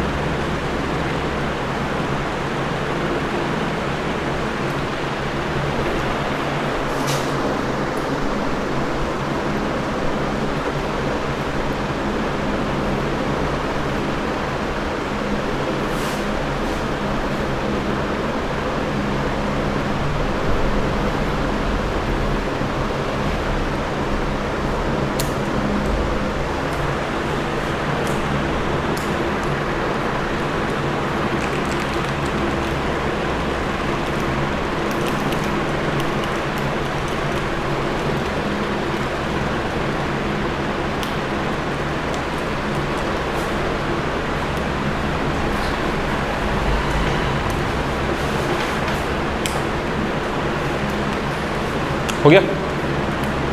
चलो थोड़ी सी और बात करेंगे इसके बारे में। हाँ जी, यूनिट ऑफ कॉन्सेंट्रेशन बताइए। मोल पर लीटर, यही होगा ना? मोल लीटर इनवर्स ऐसे लिख सकते हैं ना, मोल पर लीटर। ठीक है, देखो अगर एक जनरल रिएक्शन हम लिखें, अगर हम एक जनरल रिएक्शन लिखते हैं, क्या लिखते हैं, ये बात आपको पता होनी चाहिए ना, ये बात आपको पता होनी चाहिए। अगर कोई जनरल रिएक्शन लिखा जाए इस प्रकार से, for a general reaction, for a general reaction A plus B is being converted into C plus D। ये एक ऐसा रिएक्शन है, इस बात को ध्यान रखना, हम फिर से मतलब हम इस बात को अभी कई बार बोलेंगे। ये एक ऐसा रिएक्शन है जिस रिएक्शन में सारे के सारे स्टोइकियोमेट्रिक कोएफिशिएंट की वैल्यू कितनी है, 1 1 1 1। ठीक है, तो ये रिएक्शन एक स्टैंडर्ड रिएक्शन हो गया, ये एक जनरल रिएक्शन नहीं है। ये एक स्टैंडर्ड का मतलब क्या होता है कि स्पेशल चीज जिसको आप मान लें। बस मेरी क्या, आप मान लिए कि A का 1 मोल लिए और B का 1 मोल लिए, दोनों कंबाइन किए तो C का 1 मोल और D का भी 1 ही मोल बन रहा है। इसमें स्टोइकियोमेट्री जनरलाइज्ड नहीं है। जनरलाइज्ड करने का मतलब कि इसमें ऐसा नहीं बोल सकते कि सर इस रिएक्शन से फॉर्मूला बनाइए सारे क्वेश्चन उससे लग जाएंगे, ऐसा नहीं है। क्योंकि आपको हर उस चीज को वेरिएबल मानना होता है जो चीज रिएक्शन में आ सकती है। क्या दुनिया के सारे रिएक्शन में स्टोइकियोमेट्रिक कोएफिशिएंट 1 1 होते हैं? नहीं होते ना। तो इस रिएक्शन को जरा देखो, इस रिएक्शन को हम कुछ और समझाने के लिए लिखे हुए हैं, तो इसको यहाँ से जनरल हटा देते हैं, फॉर अ रिएक्शन लिख देते हैं। कोई रिएक्शन अगर ऐसा है तो इसमें देखिए दो बातें आएंगी। पहला आएगा rate of formation of reactant of product, और दूसरा आएगा rate of decomposition and disappearance of reactants. ठीक है, ये हुआ आपका रिएक्टेंट,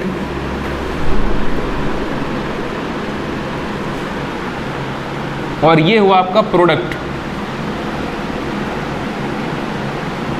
तो पहली बात आपको क्या याद रखनी है कि rate of disappearance, rate of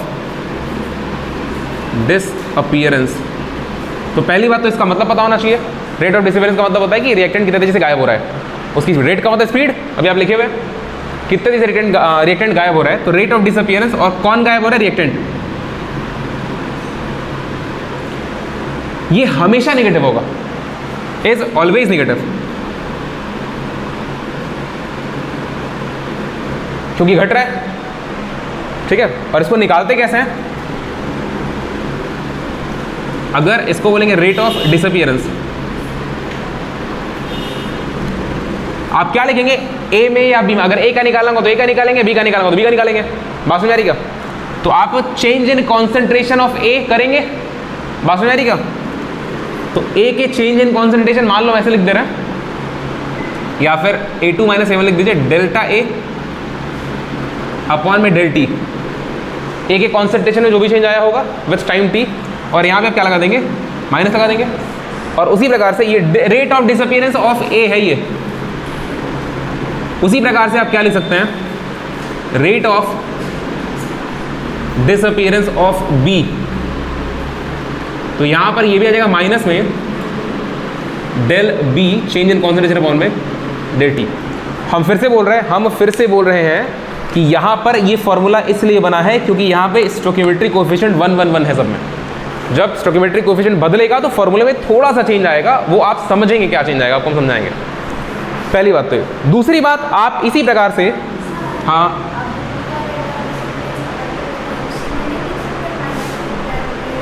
क्या क्या क्या क्या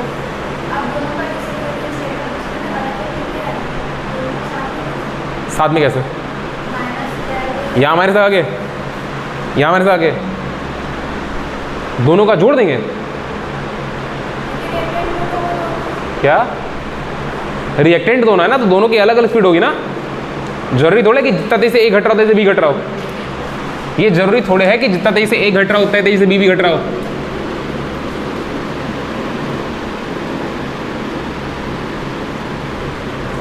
है ना जी, ये रिएक्शन देखो या फिर इसका उल्टा देख लो। यहाँ पे 1 मोल यहाँ पर 1 मोल नाइट्रोजन का, हम मोल को ना स्टैंडर्ड मान के आपको दिखा रहे हैं, 1 मोल नाइट्रोजन गैस का यूज़ कर रहे हैं, तो क्या हाइड्रोजन का बीकी मोल यूज़ कर रहे हैं? नहीं यूज़ कर रहे ना। जिस तरीके से नंबर ऑफ मोल अलग है उस तरीके से स्पीड भी तो अलग अलग हो सकती है ना। बात समझ क्या? ऐसा आप समझ गए? तो बात तो भैया एक, देखो मेरी बात समझो, 3 हाइड्रोजन कंबाइन करेगा 1 नाइट्रोजन के साथ तो ही NH3 बनेगा, एक मॉलिक्यूल, मतलब 2 मॉलिक्यूल NH3 का बनेगा। अगर 1 सेकंड में कॉम्बिनेशन हो रहा है तो 1 सेकंड में 3 हाइड्रोजन कंबाइन कर रहा है और 1 सेकंड में 1 ही नाइट्रोजन गैस कंबाइन कर रहा है, तो दोनों का सेम कैसे हो जाएगा? वहाँ पे 3 हाइड्रोजन गैस कंबाइन करा ना, 1 सेकंड में 3 हाइड्रोजन घट गया, 3 हाइड्रोजन घट गया, 1 सेकंड में हाइड्रोजन गैस के 3 मॉलिक्यूल गए और 1 सेकंड में नाइट्रोजन का सिर्फ 1 ही मॉलिक्यूल गया ना, तो टूटेंगे ना साथ में, टूटने दो। जब ये टूटेगा दोनों साथ में तो तुम इसका लिखोगी ना रेट ऑफ डिसअपियरेंस, तो सिर्फ एक ही का आया ना, 2 चीज़ तो है नहीं यहाँ पे, तो एक का तो हम अकेले लिख देंगे। यहाँ पे अगर कुछ और हो रहा होता, अगर यहाँ पे कुछ और होता, तुम तो यहाँ देख रहे हो एक चीज़ टूट रही है साथ ही में टूटेगी, लेकिन हम रिएक्शन कैसा लिखे हुए हैं? ऐसा लिखे हुए हैं, मतलब ये एक हो सकता है कॉम्बिनेशन रिएक्शन हो सकता है आयन एक्सचेंज रिएक्शन हो, डिस्प्लेसमेंट डबल डिस्प्लेसमेंट रिएक्शन हो। ये टूटेगा तो समझ में आता है साथ में टूटेगा, लेकिन जैसे यहाँ पे एक और चीज़ आ जाएगी तो फिर टूटना तो बोल नहीं सकते ना। यहाँ पर अगर एक चीज़ और आ गई तो नहीं बोल सकते ना कि वो टूट रहा है, कुछ और आएगा तो यहाँ से कुछ निकलेगा, यहाँ से भी कुछ निकलेगा, दोनों कंबाइन कुछ और बनाएंगे और जो बचेगा वो कंबाइन कुछ और बनाएगा। बात मेरी क्या? तो हो सकता है कि धीरे धीरे टूट रहा हो, ये फट टूट जा रहा हो, मतलब जो चीज़ जल्दी टूट रही है उसको इंतजार करना पड़ रहा हो इसके टूटने का। बात समझ आ रही क्या? क्योंकि हर कंपाउंड के अंदर बॉन्ड्स बराबर नहीं होते ना, अलग अलग स्ट्रेंथ के होते हैं, कुछ कंपाउंड जल्दी ब्रेक हो जाएंगे और कुछ कंपाउंड धीरे धीरे ब्रेक होंगे। बात समझ आ रही क्या? इस बात का ध्यान रखें।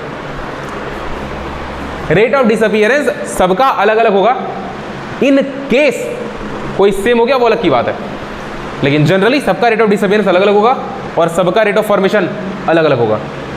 ठीक है, सबका रेट ऑफ डिसअपियरेंस अलग अलग होगा, रेट ऑफ फॉर्मेशन अलग होगा। अंतर बस क्या चीज सेम होगी, जितना भी डिसअपियरेंस वाला रेट आएगा उन सब में क्या दिखाएगा? Minus sign. और जितना भी रेट ऑफ अपीयरेंस आएगा, हाँ जी, जितना भी रेट ऑफ फॉर्मेशन बोलो, थोड़ा ज़्यादा अच्छा लगता है बोलना। रेट ऑफ फॉर्मेशन जो है किसका फॉर्मेशन होगा? Rate of formation of product अगर आप निकालेंगे तो इस केस में ये वाली वैल्यू हमेशा पॉजिटिव होगी ना। Rate of formation of product is always positive. Positive क्यों? क्योंकि चेंज इन कॉन्सेंट्रेशन पॉजिटिव हो जाएगा, क्योंकि कॉन्सेंट्रेशन बढ़ रहा है तो बढ़ा हुआ माइनस कम, ज़्यादा माइनस कम, फार्मूला से नीचे है ना। तो आप सेम उस रिएक्शन के लिए A + D बराबर C + D के लिए क्या लिखेंगे आप? Rate of formation, rate of formation of, अगर C का लिखना हो तो आप क्या लिखेंगे? प्लस। ध्यान रखना हम जानबूझ के प्लस लिख रहे हैं, यहाँ पर जरूरत नहीं प्लस लिखने की, लेकिन फिर हम लिख रहे हैं। क्या लिखेंगे आप? डेल C अपॉन में del T। Similarly rate of formation of D बराबर प्लस में डेल D अपॉन में डेल T। ठीक है जी, ये हो गया रेट ऑफ डिसअपियरेंस और वो हो गया रेट ऑफ फॉर्मेशन। ये वही चीज़ है जो आप क्लास 11th में मैकेनिक्स चैप्टर में पढ़े हुए थे। आप सिर्फ स्पीड का फॉर्मूला यहाँ लिखे हुए और कुछ नहीं किए हुए ना, आप सिर्फ स्पीड का फॉर्मूला लिख दिए हैं, चेंज इन डिस्प्लेसमेंट अपॉन में टाइम। जब आप इतना पढ़ते हैं तो फिर आपको 2 चीज़ और पढ़नी होती हैं, एवरेज स्पीड होता है और इंस्टेंटेनियस स्पीड होता है। एवरेज स्पीड का मतलब होता है कि total change in distance upon में टाइम टेकन। ठीक है, total change in distance upon में टाइम टेकन। ठीक है, इंस्टेंटेनियस का मतलब होता है किसी एक इंस्टेंट पर स्पीड कितनी थी। मतलब कि जैसे कि आदमी जा रहा है तो पूछे कि बस अभी तुरंत बताओ, जहां भी होगा वहां पे उसकी स्पीड कितनी होगी इस टाइम पे। बात मेरी क्या? वो हो गया इंस्टेंट, किसी एक इंस्टेंट पे इंस्टेंटेनियस स्पीड निकाली जाती है। इंस्टेंटेनियस स्पीड मतलब इंस्टेंटेनियस जो रेट है, देखो यहाँ पे ये जो तुम निकाले ना, बेसिकली ये एवरेज रेट है, ये भी एवरेज रेट है, क्योंकि एक दिए गए समय में आप रेट निकाल लिए कि सर 10 सेकेंड में कॉन्सेंट्रेशन में जितना चेंज आया, 10 सेकेंड में, मान लो 10 सेकेंड है, टाइम 10 सेकेंड लगा, 10 सेकेंड में जितना चेंज आया वो रेट को आप क्या बोलेंगे? एवरेज रेट बोलेंगे। जो आप निकालते हैं वो एवरेज रेट होता है। आप जो जनरली स्पीड और वेलोसिटी का फॉर्मूला बताते हैं वो भी एवरेज का ही बताते हैं। इंस्टेंटेनियस केमिस्ट्री में क्यों मतलब वैलिड है, इस बात को समझो। जब तुम गाड़ी चल रहे होते हो वहाँ पे इंस्टेंटेनियस स्पीड वैलिड होती है, केमिस्ट्री में इसलिए वैलिड है क्योंकि कई बार रिएक्शन ऐसा होता है कि समय के साथ रिएक्टेंट का कॉन्सेंट्रेशन घटने का स्पीड कम हो जाता है। हो सकता है कि बढ़ जाए, सकता है कम हो जाए। जैसे कि इस रिएक्शन को देखो, ये रिएक्शन इक्विलिब्रियम पर चला जाएगा एक समय बाद, ये रिएक्शन एक समय बाद इक्विलिब्रियम में चला जाएगा। स्टार्टिंग में क्या होगा? स्टार्टिंग में NH3 बिल्कुल भी नहीं होगा। स्टार्टिंग में NH3 बिल्कुल, अरे हम इसको उल्टा लिखे, कंफ्यूज मत होना ना, चलो हम सीधा लिख दे रहे हैं। स्टार्टिंग में NH3 जो है वो बिल्कुल भी प्रेजेंट नहीं होगा। तो जब स्टार्टिंग में NH3 बिल्कुल भी प्रेजेंट नहीं होगा तो बहुत तेजी से ये दोनों कंबाइन होकर NH3 बनाएंगे। स्टार्टिंग में NH3 प्रेजेंट नहीं होगा तो ये दोनों बहुत तेजी से कंबाइन होकर NH3 बनाएंगे, सही बात है ना। तो इन दोनों का अमाउंट बहुत तेजी से डिक्रीज होगा, बहुत सारे नाइट्रोजन फटाफट खत्म होंगे और बहुत सारे हाइड्रोजन फटाफट खत्म होंगे और फटाफट क्या बनेगा? अमोनिया बनेगा।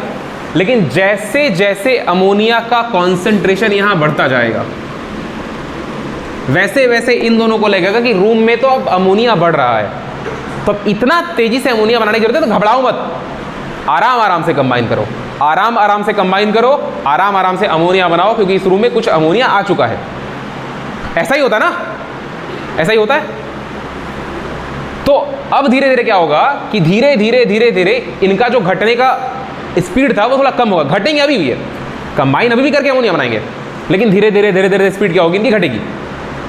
बात समझ आएगा? जब धीरे धीरे स्पीड घटेगी तो अमोनिया और ज़्यादा बनेगा। और एक टाइम ऐसा आएगा जब आप इक्विलिब्रियम में पढ़े थे कि रेट ऑफ फॉरवर्ड रिएक्शन होता है वो रेट ऑफ बैकवर्ड रिएक्शन के बराबर हो जाता है। रेट ऑफ फॉरवर्ड रिएक्शन जो होता है वो रेट ऑफ बैकवर्ड रिएक्शन के बराबर हो जाता है। यहां पर रेट ऑफ फॉरवर्ड रिएक्शन का मतलब वही है रेट ऑफ फॉर्मेशन, और रेट ऑफ बैकवर्ड रिएक्शन का वही मतलब है रेट ऑफ डिसोसिएशन, डिकम्पोजिशन, या फिर रेट ऑफ डिसअपियरेंस। बात समझ आ रही क्या? ये बात आपको इक्विलिब्रियम नहीं पढ़ाई गई थी, ये बात आपको केमिकल काइनेटिक्स में पढ़ाई गई थी। बात समझ में आ रही क्या? आपको ये बात इक्विलिब्रियम में नहीं पढ़ाई जाती ना कि अरे इक्विलिब्रियम चैप्टर में स्पीड की चर्चा नहीं करते हैं। इक्विलिब्रियम चैप्टर में आप रिएक्शन की स्पीड चर्चा नहीं करते, ये बात आपको वहां लिखवाई भी गई है कि उस चैप्टर में आप रिएक्शन के स्पीड पर कोई चर्चा नहीं करते हैं। वो चर्चा कक्षा 12 केमिकल काइनेटिक्स में की जाती है, जो कि आज आप पढ़ रहे हैं। बहुत दिन नहीं हुआ इक्विलिब्रियम पढ़े, 8-10 साल नहीं बिता है, ठीक है। आप जब इक्विलिब्रियम पढ़ रहे थे आपको ये बात वहां पढ़ाई जाती है कि इक्विलिब्रियम में आप सिर्फ ये देखते हैं कि इक्विलिब्रियम किन फैक्टर्स पर डिपेंड करता है। जल्दी इक्विलिब्रियम कैसे लाएं, इक्विलिब्रियम अगर जल्दी आ गया तो उसको लेट कैसे शिफ्ट करें, टेम्परेचर पे डिपेंड करेगा नहीं करेगा, कॉन्सेंट्रेशन पे डिपेंड करेगा नहीं करेगा, ली कैटेटर प्रिंसिपल आप पढ़े थे, प्रेशर पे डिपेंड करेगा नहीं करेगा। बस मेरी क्या, तो वहां पर आप पढ़े थे इक्विलिब्रियम की शिफ्टिंग। यहां पर आप ये पढ़ रहे हैं कि जो रिएक्शन हो रहा था उसकी स्पीड किस प्रकार से जज की जाएगी। तो इस रेट ऑफ बैकवर्ड रिएक्शन को आप रेट ऑफ डिसअपियरेंस लिख सकते हैं ना। समझ रहे मेरे बात को? बात दोनों एक ही है। तो तुम समझो स्टार्टिंग में इन दोनों के डिसअपियरेंस की स्पीड बहुत तेज थी, लेकिन जब अमोनिया बनने लगा तो स्पीड घटी, फिर घटी, फिर घटी, फिर घटी, फिर घटी, फिर घटी, फिर घटी। मान लो स्टार्टिंग में स्पीड 10 थी, स्टार्टिंग में स्पीड 10 थी, हम यूनिट अभी नहीं लिख रहे हैं।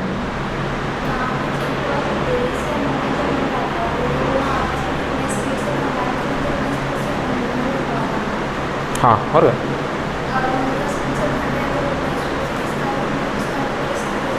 ये दोनों कितने स्पीड से कंबाइन कर रहे हैं इसकी चर्चा हम थोड़ी करेंगे। हम वही तो बोले कि हो सकता है कि हाइड्रोजन जो है, 3 हाइड्रोजन आने में समय लग रहा हो, नाइट्रोजन रेडी है। इन दोनों के डिसअपियरेंस की स्पीड कितनी होगी वो डिपेंड करेगा इन दोनों के कॉन्सेंट्रेशन पे। हम बोले 1 सेकंड में 1 नाइट्रोजन घटेगा और 1 सेकंड में 3 हाइड्रोजन घट जाएगा, तो क्या दोनों की स्पीड सेम होगी? अलग अलग हुई ना, घटने की स्पीड अलग अलग होगी। एक नाइट्रोजन और 3 हाइड्रोजन जब कंबाइन कर लेंगे तो अमोनिया बन जाएगा। अमोनिया कितना बन रहा है वो इसके नंबर ऑफ मोल से डिसाइड करेंगे। बात में आ रही क्या? तो ये बात अभी नहीं करें कि इन दोनों के घटने की जो स्पीड होगी वही अमोनिया के बनने की स्पीड होगी। बात में आ रही क्या? इन दोनों के घटने की जो स्पीड होगी वो अमोनिया के बनने की स्पीड नहीं होगी। अगर वो स्पीड होगी फिर तो रिएक्शन किस पे आ गया? मतलब बेसिकली अमोनिया के बनने की स्पीड नहीं, उस समय रिएक्शन इक्विलिब्रियम नहीं आएगा। अगर ये दोनों की बनने की स्पीड की चर्चा करें तो इन दोनों के बनने की स्पीड का मतलब क्या है? समझो इस बात को। एक नाइट्रोजन हाइड्रोजन से कंबाइन कर लिया तो कौन से स्पीड की चर्चा कर रहे हैं हम? नाइट्रोजन के पास हाइड्रोजन क्या उसकी चर्चा कर रहे हैं, या फिर 3 नाइट्रोजन अकेले खड़ा है, जनरली उसको कितने देर में 3 हाइड्रोजन मिल जाते हैं उसकी बात कर रहे हैं। इन दोनों को जुड़ने की स्पीड मत देखो, इन दोनों की जुड़ने की स्पीड में कई सारी बातें आ जाएंगी कि एक नाइट्रोजन अकेला आइटम खड़ा है, 3 हाइड्रोजन के, एक हाइड्रोजन मालूम मिल गया, एक और इंतजार कर रहा है, एक और इंतजार कर रहा है। कई बार ऐसा होगा 3 हाइड्रोजन फट से मिल जाएंगे, कई बार ऐसा होगा कि तीनों हाइड्रोजन मिलने में समय लग जाएगा, क्योंकि नाइट्रोजन तो स्पेस में घूम रहा है, हाइड्रोजन स्पेस में घूम रहे हैं। बात समझ आ रही क्या? तो इनके कॉम्बिनेशन की स्पीड के बारे में डिस्कशन करने से अच्छा है कि इसके फॉर्मेशन की स्पीड का डिस्कशन कर लो। बात तो वही है, यहां पे कितने तेज से कंबाइन कर रहे हैं वो चीज निकालना डिफिकल्ट है। कहां रेडी है, मतलब किस जगह पे रेडी है, किस जगह पे रेडी है, कितने दूर रेडी है, हाँ कितने दूर रेडी है, नहीं इस बात को नहीं डिफाइन कर सकते ना कितने दूर रेडी है। कई बार एक नाइट्रोजन के एटम को हो सकता है कि अगल बगल में 3 हाइड्रोजन बस बॉन्ड बनाना, लो बन गया बॉन्ड। और कई बार हो सकता है कि 2 बन गया, एक तो बाकी रह गया, कहाँ है भाई, कहाँ है, बात समझ रही क्या? कई बार ऐसा होता है तीनों बगल में पड़े हो, कई बार ऐसा हो सकता है कि कुछ फ्रैक्शन लग गया तीनों हाइड्रोजन खोजने में, समय बहुत ज़्यादा कम लगेगा उसमें, लेकिन फिर भी अगर तुम 2-3 केस में कंपेयर करोगी तो समय अलग अलग लगेगा। इसीलिए आप इसके फॉर्मेशन की चर्चा कर ले। बात तो वही है ना, इसका फॉर्मेशन जितना तेज से अमोनिया बन रहा होगा उतने ही तेज से कंबाइन कर रहे होंगे। फॉरवर्ड डायरेक्शन की स्पीड का क्या मतलब है? फॉरवर्ड डायरेक्शन की स्पीड का ये मतलब है कितने तेज से हाइड्रोजन हाइड्रोजन कंबाइन कर रहे हैं या फिर कितने तेज से अमोनिया बन रहा है। सही बात है ना? तो आप इसके फॉर्मेशन की स्पीड की चर्चा कर लेंगे और इसके फॉर्मेशन की स्पीड की चर्चा आपको बताएं, ऐसे करते हैं। प्रति सेकेंड 3 हाइड्रोजन और 1 नाइट्रोजन, मतलब प्रति सेकेंड कितने हाइड्रोजन, ऐसे समझो, प्रति सेकेंड कितने नाइट्रोजन को 3-3 हाइड्रोजन मिल पा रहा है, ये समझना थोड़ा सा ज्यादा हेक्टिक है। प्रति सेकेंड कितने अमोनिया के मॉलिक्यूल बन रहे हैं, ये समझना ज्यादा आसान है। दोनों बातें एक ही हैं, बातें दोनों एक ही हैं, लेकिन आपको ये समझना ज्यादा आसान है कि प्रति सेकेंड अमोनिया कितने मॉलिक्यूल बन रहे हैं। बस मेरी क्या, इसलिए हम लोग इसके लिए रेट ऑफ फॉर्मेशन बात कर लेते हैं। प्रति सेकेंड नाइट्रोजन के कितने मॉलिक्यूल घट रहे हैं, ये भी सही बात है, ये समझना ज्यादा आसान है कि हाँ सर प्रति सेकेंड, तो वो हो जाएगा रेट ऑफ डिसअपीयरेंस। प्रति सेकेंड कितने हाइड्रोजन के मॉलिक्यूल घट रहे हैं, पर यूनिट वॉल्यूम की बात कर रहे हैं, पर यूनिट वॉल्यूम में। कॉन्सेंट्रेशन का मतलब ये था ना number of mole per unit volume, तो हाइड्रोजन के 1 यूनिट वॉल्यूम में प्रति सेकेंड क्या 3 हाइड्रोजन घट रहे हैं? ये जरूरी तो नहीं है ना, हो सकता है कि तीनों हाइड्रोजन को कंबाइन करने में 2 सेकंड लग जा रहा हो सकता है कि 3 हाइड्रोजन 1 नाइट्रोजन को मिले उसमें 10 सेकंड लग जा रहा हो, कुछ भी सकता है ना। बात मेरी क्या? ठीक, तो इन दोनों का स्पीड जो कम होने का है वो धीरे धीरे घटेगा और एक समय आने पे इनकी स्पीड घटेगी नहीं, मतलब इनका कॉन्सेंट्रेशन घटेगा ही नहीं, और एक समय आने पे इसका कॉन्सेंट्रेशन बढ़ेगा ही नहीं। तो एक समय के बाद इन दोनों का जो रेट है वो डिक्रीज होते होते 0 हो जाएगा, ये 0 हो जाएगा, या फिर बोले बराबर हो जाएगा। 0 तो होता नहीं है क्योंकि वो डायनामिक इक्विलिब्रियम होता है ना, स्पीड तो ये भी हो रहा होता है और ये भी हो रहा होता है, तो दोनों का रेट बराबर हो जाता है। बात समझ रही क्या? दोनों का रेट बराबर हो जाता है, इसका मतलब क्या पूरे प्रोसेस में रिएक्शन की स्पीड बराबर थी? नहीं, पूरे प्रोसेस में बराबर का मतलब सेम नहीं थी। पूरे प्रोसेस में अमोनिया के फॉर्मेशन की बात कर लेते चलो। पूरे प्रोसेस में अमोनिया के फॉर्मेशन की स्पीड बराबर नहीं थी, सेम नहीं थी। पहले बहुत तेजी से अमोनिया बन रहा था, बनते धीरे धीरे फॉर्मेशन रुक गया अमोनिया का, और जब धीरे धीरे अमोनिया का फॉर्मेशन रुक गया उसके बाद अमोनिया कॉन्सेंट्रेशन बढ़ेगा नहीं, अमोनिया तो बन रहा है अभी भी लेकिन उतना ही अमोनिया टूट जा रहा है, तो कॉन्सेंट्रेशन बढ़ेगा नहीं। तो अमोनिया के आपको क्या दिखेगा कि सर पहले तो बहुत तेज अमोनिया बना, फिर धीरे धीरे रुकते अमोनिया अब रुक गया है, मतलब अमोनिया के बनने की स्पीड खत्म हो गई। ठीक है, तो हर मोमेंट पे समय के साथ जो रेट है वो सेम नहीं था, वो अलग अलग था, पहले ज़्यादा फिर कम।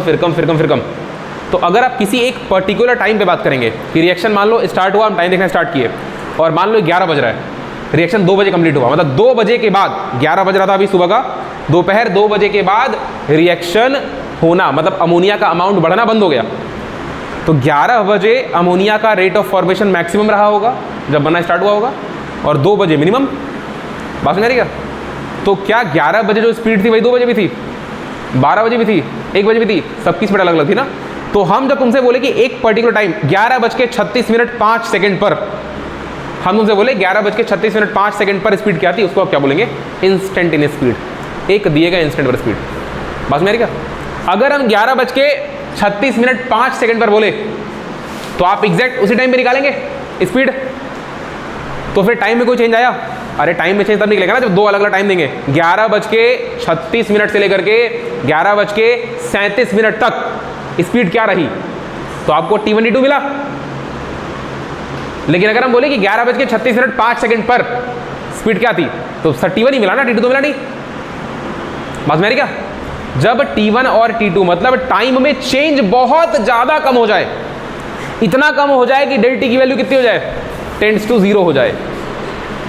जब समय में चेंज बहुत कम लेना पड़े आपको, आपसे हम बोले कि काम करो, हम तुमसे क्या बोल रहे हैं कि 11:36 और 5 सेकंड पर स्पीड बताओ, तो तुम क्या करोगे पता है, तुम 11:36 11:35 59.5 सेकंड पर स्पीड निकाल लो। 5 मिनट नहीं है तो 4 मिनट 59 सेकंड पर स्पीड निकाल लो, ठीक है, मतलब 1 सेकंड पहले और 1 सेकंड, सही बात है नहीं है, तो कुछ गलत लिख दिए, 4 सेकंड 59 फ्रैक्शन, ठीक है, ये 4 सेकंड और 59, अच्छा ठीक है 4.59, तो इसको लिखते हैं, एक काम करो इसको 4.9 लिख दो, मतलब 1 सेकंड, ये जो 5वां सेकंड है ना, इसके जस्ट पहले 0.1 सेकंड और जस्ट बाद 0.1 सेकंड।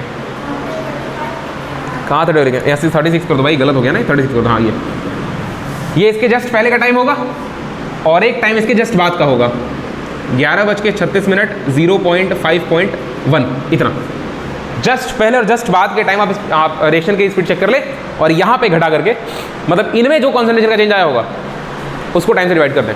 तो कोई बच्चा बोलेगा सर हम तो इससे भी कम निकाल सकते हैं, बात मेरी क्या, कोई बच्चा बोलेगा सर इससे भी कम टाइम में निकाल सकते हैं, हाँ बोलो, T1 T2 हो जाएगा, ठीक है।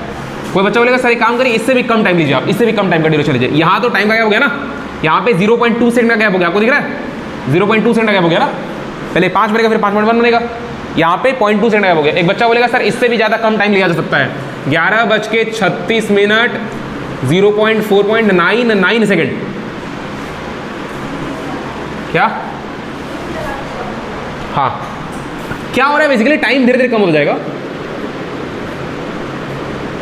ये है ना जी, समय बहुत कम, मतलब बहुत कम टाइम का गैप लीजिए आप, तो ये टाइम का ड्यूरेशन कम होता चला जाए, कम कम कम कम कम कम कम कम इतना ज़्यादा कम कि जो डेल टी की वैल्यू है ना वो 0 हो जाए लगभग, डेल टी बहुत बहुत कम चेंज, बहुत बहुत बहुत इनफाइनाइटेसिमली स्मॉल टाइम में जो कॉन्सेंट्रेशन में चेंज आया होगा उसी को डिवाइड कर दिया टाइम से, है ना, वो आएगा इंस्टेंटेनियस रेट, ठीक है। ये अभी आप एवरेज रेट निकाल रहे हैं, ठीक है जी। इस बात को बहुत तेजी से लिखिए, इस बात को बहुत तेजी से लिखिए।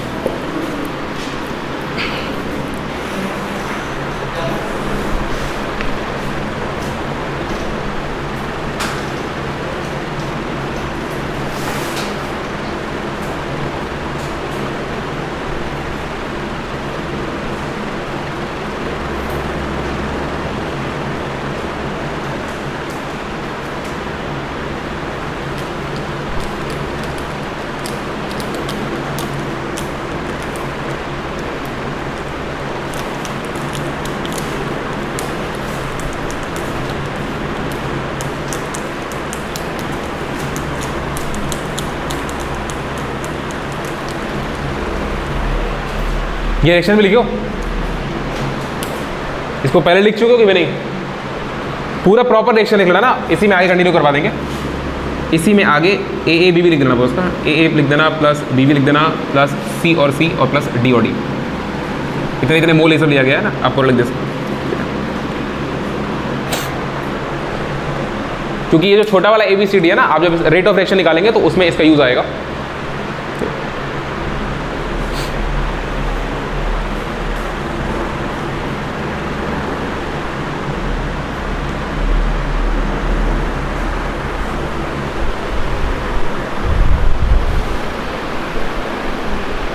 गड़बड़ा जाएगा, समझ में आ गया, क्या हो जाएगा, क्या, अरे बैन हो जाएगा, कोई टेंशन नहीं हमको, जिंदगी में बहुत कुछ बैन हो चुका है, बात में आ रही क्या।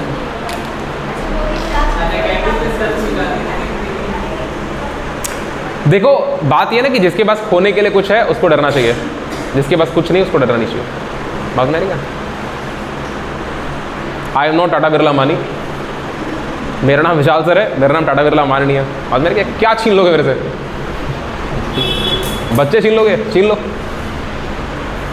छीन के दिखाओ, कितने दिन, 1 दिन 2 दिन 8 दिन 10 दिन 1 महीने, चलो 1 सेशन, 12th में लाइफ खत्म नहीं होती आपकी ना, 12th के बाद लाइफ स्टार्ट होती है। I will see you there. चलिए एक नोट लिखिए, एक नोट लिखिए। देखो हम तुमको ये लिखवाने जा रहे हैं कि अगर कॉन्सेंट्रेशन में चेंज जो आया है वो एक ठीक ठाक टाइम में आया है, अगर जो कॉन्सेंट्रेशन में चेंज आया है वो एक ठीक ठाक कंसिडरेबल टाइम में आया है, तो उस केस में आप जो रेट निकालेंगे वो रेट एवरेज रेट हो जाएगा। और अगर कॉन्सेंट्रेशन में जो चेंज आया है वो चेंज बहुत ही कम इनफाइनाइटेसिमली स्मॉल टाइम में आया है, तो उस केस में जो रेट निकालेंगे वो इंस्टेंटेनियस हो जाएगा। लिखिए अब, लिखिए, if the change in concentration, if the change in concentration, if the change in concentration has occurred, if the change in concentration has occurred in a considerable time, in a considerable time, एक बार जरा इसको देखो तो fluctuate नहीं कराना है,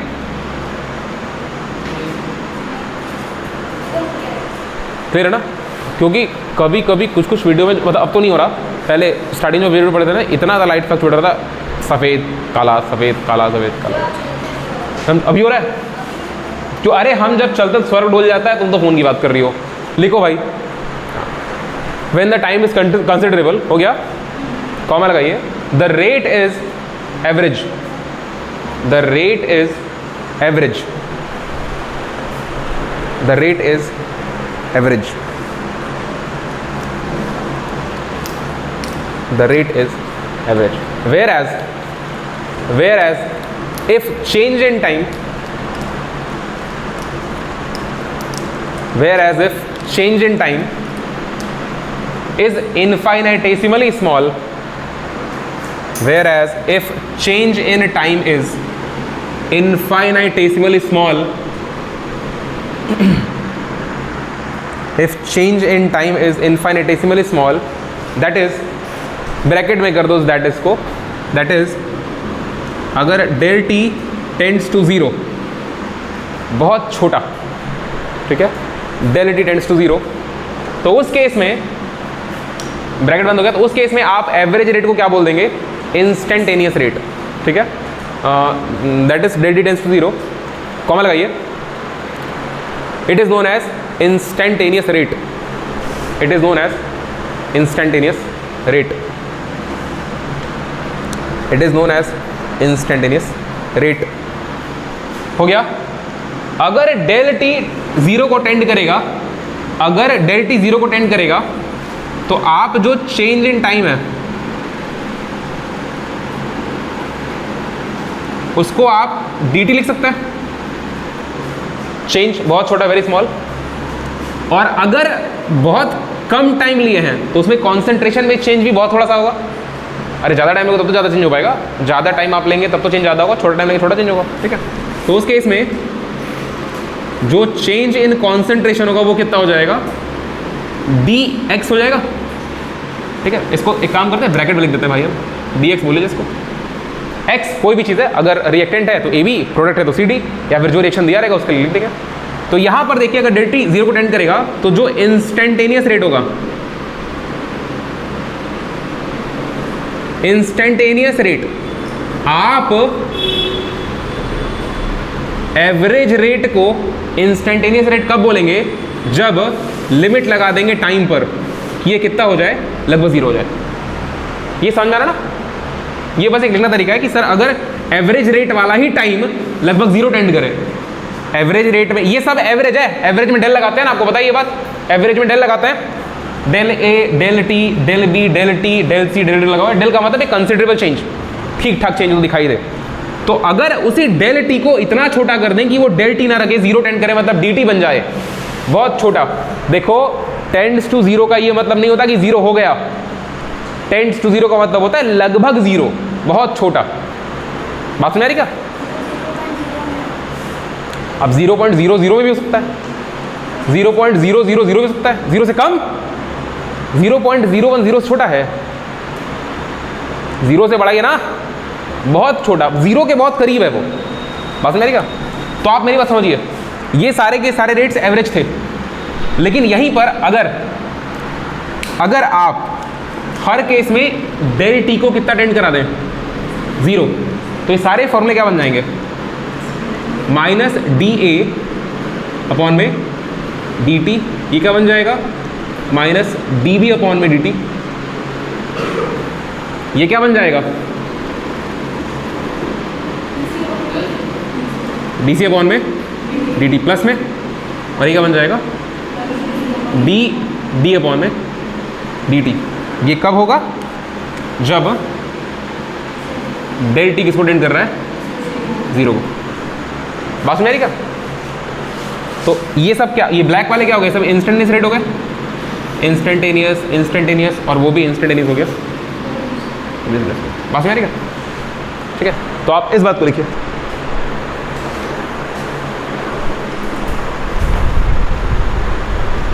हमको लगा कि इसको ऑन नहीं किया दोबारा से।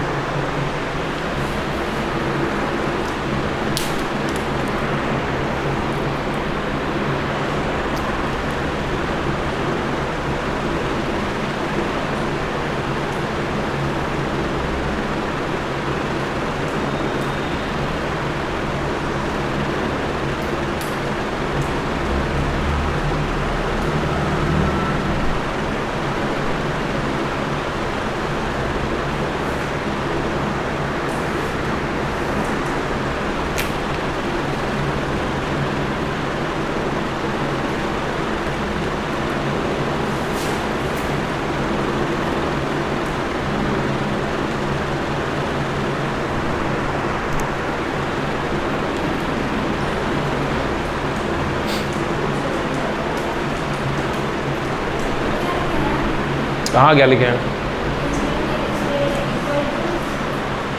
Limit del T tends to 0, limit को शॉर्ट में LIM लिखा जाता है जब ऐसे लिखना होता है ना, मैथ्स वाले जानते हैं ना, इसलिए लिख लिए।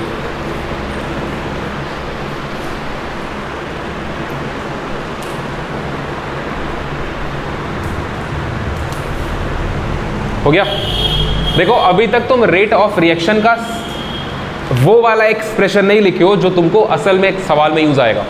आप रेट ऑफ रिएक्शन का सिर्फ ये लिखे हुए ना, ये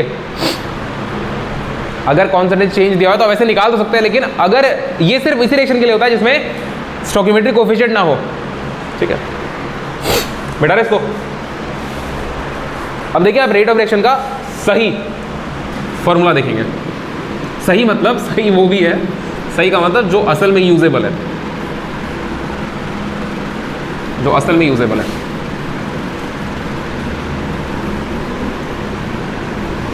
ये सारे के सारे रेट ऑफ रिएक्शन नहीं है, मतलब इनको बोल नहीं सकते कि ये सारे के सारे रेट ऑफ रिएक्शन है। अगर स्टोइकियोमेट्रिक कोएफिशिएंट 1 1 1 रहा हो तब तो ये सारे के सारे रेट ऑफ रिएक्शन हो जाएंगे, अभी आपको समझ में आ जाएगा। अभी ये सारे के सारे रेट ऑफ रिएक्शन नहीं है। आपसे बोले 3 प्रकार के रेट होते हैं, rate of reaction, rate of formation, rate of disappearance. तो रेट ऑफ रिएक्शन अब पढ़ेंगे, पहले हम आपको बताएं रेट ऑफ डिसअपीयरेंस क्या होता है, फिर आपको पता है रेट ऑफ फॉर्मेशन क्या होता है। हमेशा ध्यान रख के रेट ऑफ डिसअपीयरेंस नेगेटिव आएगा और रेट ऑफ फॉर्मेशन पॉजिटिव आएगा। रेट ऑफ रिएक्शन जो होता है वो हमेशा पॉजिटिव होता है, और इसको हम समझाते हैं।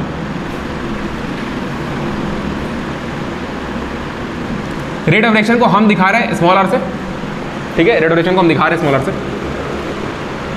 ये वही वाला रेट ऑफ रिएक्शन है, ये एक जनरल डेफिनेशन के हिसाब से लिख दिए हैं कि चेंज इन कॉन्सेंट्रेशन अपॉन में डेल टी। ठीक है, अब इसको केमिस्ट्री के हिसाब से इसका वैल्यू क्या आएगा, इस फॉर्मूले का आंसर क्या आएगा। जैसे कोई तुमसे पूछेगा स्पीड क्या होता है, ये भी तो रिएक्शन की स्पीड ही है ना। स्पीड क्या होता है, चेंज इन डिस्प्लेसमेंट अपॉन में टाइम। तो यहाँ पे डिस्प्लेसमेंट तो चेंज हो नहीं रहा है, यहाँ पे क्या चेंज हो रहा है, कॉन्सेंट्रेशन। तो आप रेट को कैसे डिफाइन करेंगे केमिस्ट्री में, चेंज इन कॉन्सेंट्रेशन अपॉन में टाइम। केमिस्ट्री के हिसाब से रेट ही हो गया। ठीक है, अब इस चैप्टर में रिएक्शन कोई दिया हो उसका रेट कैसे लिखेंगे आप ये समझिए। Again for a reaction, for a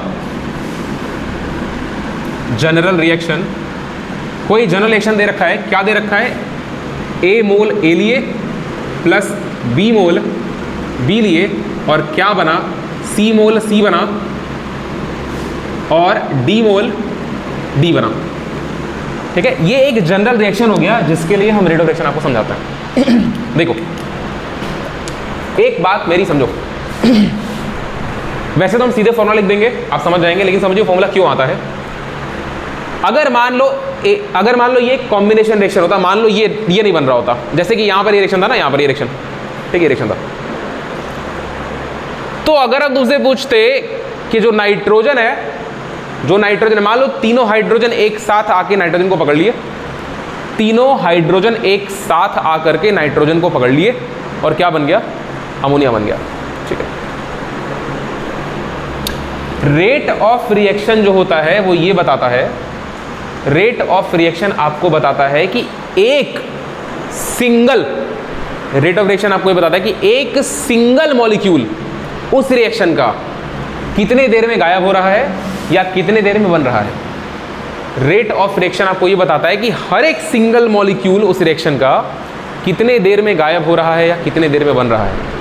rate of formation का मतलब तो ये हो जाएगा, इस रिएक्शन में रेट ऑफ फॉर्मेशन का तो ये मतलब हो जाएगा कि कितने देर में NH3 बना, NH3 का 2 मॉलिक्यूल बन गया, कितने देर में बना 2 मॉलिक्यूल।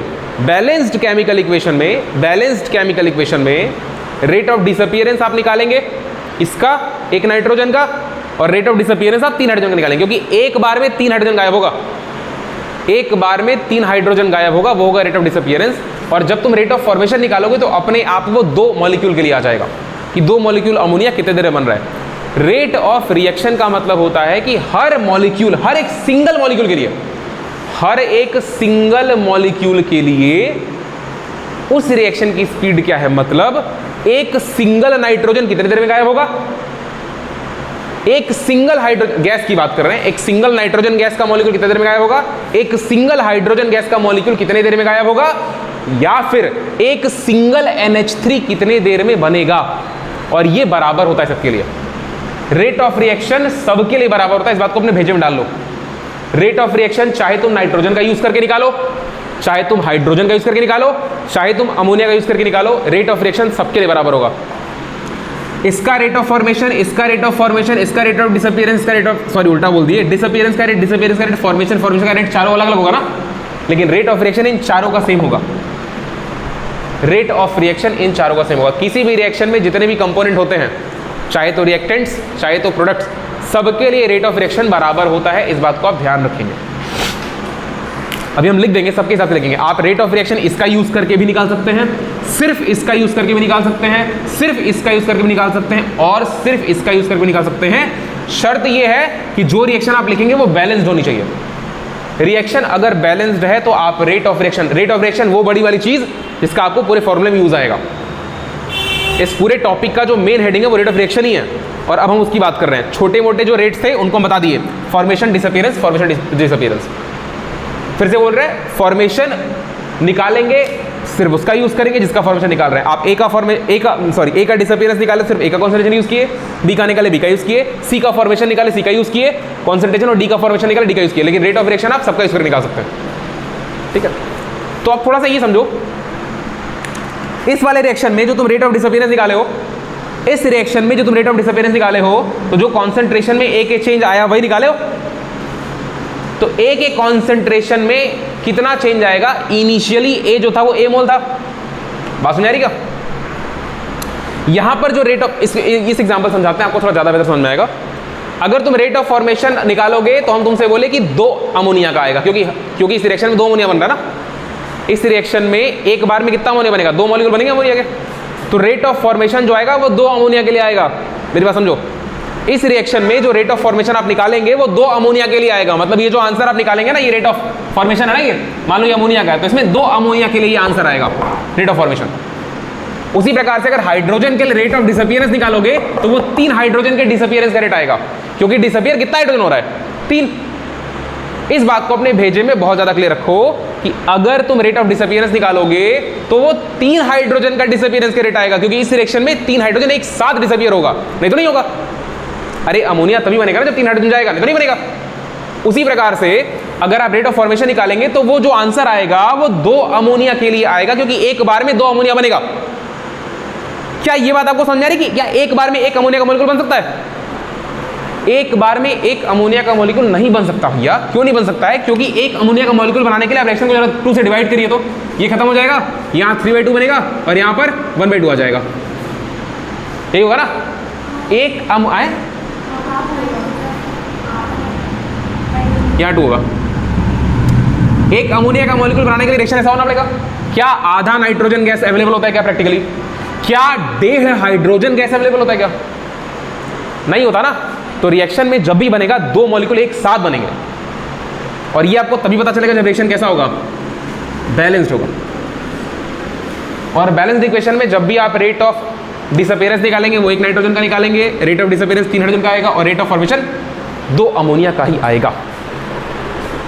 हम क्या बोल रहे हैं, ये तो ठीक है, हम बोल रहे हैं कि रेट ऑफ रिएक्शन 2-3 का नहीं होता है, एक सिंगल मॉलिक्यूल का होता है। बस मेरी हम क्या बोल रहे हैं कि रेट ऑफ रिएक्शन जो होता है R, वो एक सिंगल मॉलिक्यूल का रेट होता है। तो समझो 2 का जो रेट है वो कितना है, 2 अमोनिया के फॉर्मेशन का रेट कितना निकाले हो, ये निकाले हो, यही निकाले हो ना। तो 1 का रेट कितना, 2 से डिवाइड कर दो, ये 1 का रेट आ गया। बस मेरी क्या, अरे 2 का रेट उतना था तो 2 से डिवाइड कर देंगे, 1 का रेट आ जाएगा। यहां पे × 1 नहीं लिख सकते क्या? बस मेरी क्या, आप जब 2 के फॉर्मेशन का रेट निकाले इतना आया तो 2 से डिवाइड करेंगे तो 1 का रेट आ जाएगा। यहां पे हाइड्रोजन गैस को देखो जरा, 3 का रेट जो है वो कितना आ रहा है, माइनस में dH2 अपॉन में dt। यार है ना, नेगेटिव रखेंगे। अगर आपको 1 का हाइड्रोजन का रेट निकालना है तो 1/3 कर दें, ठीक है। और नाइट्रोजन के लिए तो रेट वही हो जाएगा इस केस में, 1 का ही है ये डायरेक्ट, तो माइनस dN2 अपॉन में dt। ये भी 1 मॉलिक्यूल का रेट आ गया, ये भी 1 मॉलिक्यूल का रेट आ गया, और ये भी 1 मॉलिक्यूल का रेट आ गया। ये सब वैल्यू सेम आएगी।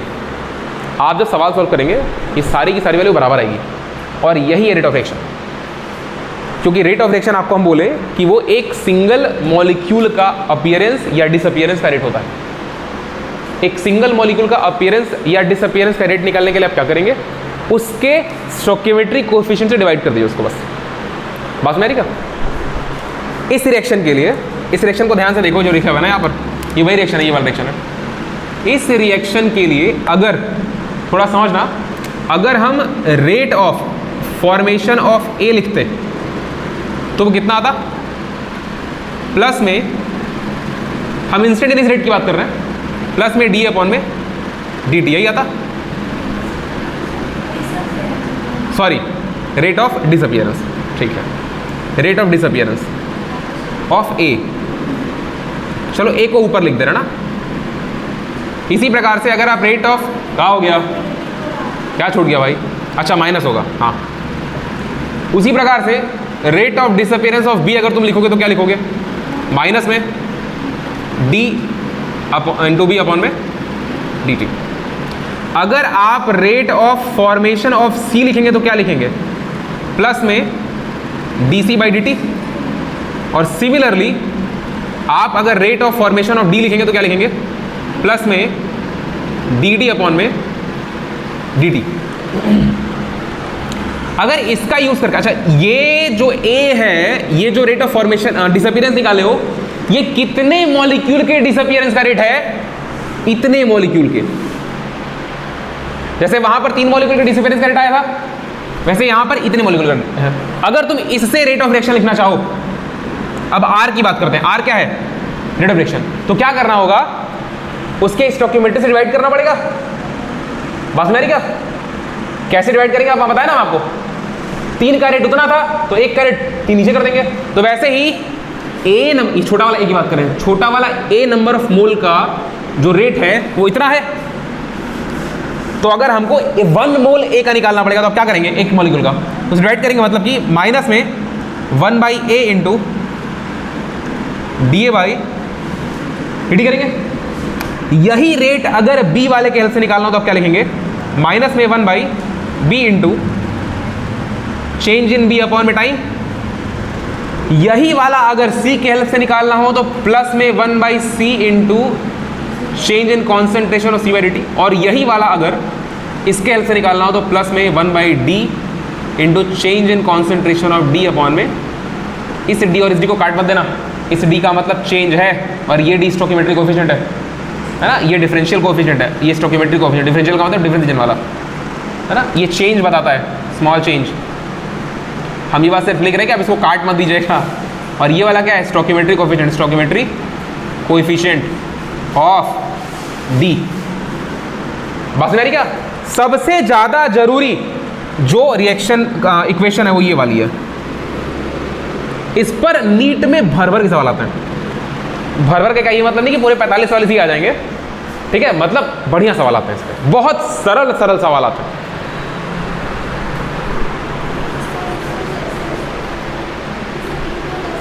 होगा ना, सब इक्वल इसलिए होता है, समझो, सब इक्वल इसलिए होता है, जैसे कि देखो ये एक नाइट्रोजन के पास जब एक हाइड्रोजन आ रहा होता है ना, तो एक हाइड्रोजन रिएक्ट किया, ये तभी बोल पाएंगे जब अमोनिया बन पाएगा, ठीक। एक हाइड्रोजन अगर नाइट्रोजन गैस के पास आया तो आप ये बात तभी कह सकते हैं कि हाइड्रोजन रिएक्ट कर लिया जब अमोनिया बन जाएगा। बात समझ आ रही क्या? अमोनिया का मॉलिक्यूल जब भी बनेगा वो दो बनेगा। रीजन क्या है कि दो नाइट्रोजन एक साथ 6 हाइड्रोजन को चिपका रहा है, समझो, दो नाइट्रोजन के एटम एक साथ 6 हाइड्रोजन के एटम को चिपका रहे हैं। बात समझ आ रही क्या? तो असल में तुम बोलो कि सर हाइड्रोजन रिएक्ट किया, कब बोलोगे? जब अमोनिया बन जाएगा। कोई बच्चा बोलेगा कि सर दूसरा वाला हाइड्रोजन रिएक्ट किया, वो भी कब बोल पाएगा? जब अमोनिया बन जाएगा। कोई बच्चा बोलेगा सर तीसरा हाइड्रोजन रिएक्ट कब करेगा, तो हम फिर से बोलेंगे अमोनिया बन जाएगा। कोई बच्चा बोला सर नाइट्रोजन कब रिएक्ट करेगा, जब अमोनिया बन जाएगा। समझ में क्या? और कोई बच्चा बोलेगा सर जब ये सब रिएक्ट करेंगे तो ही अमोनिया बनेगा।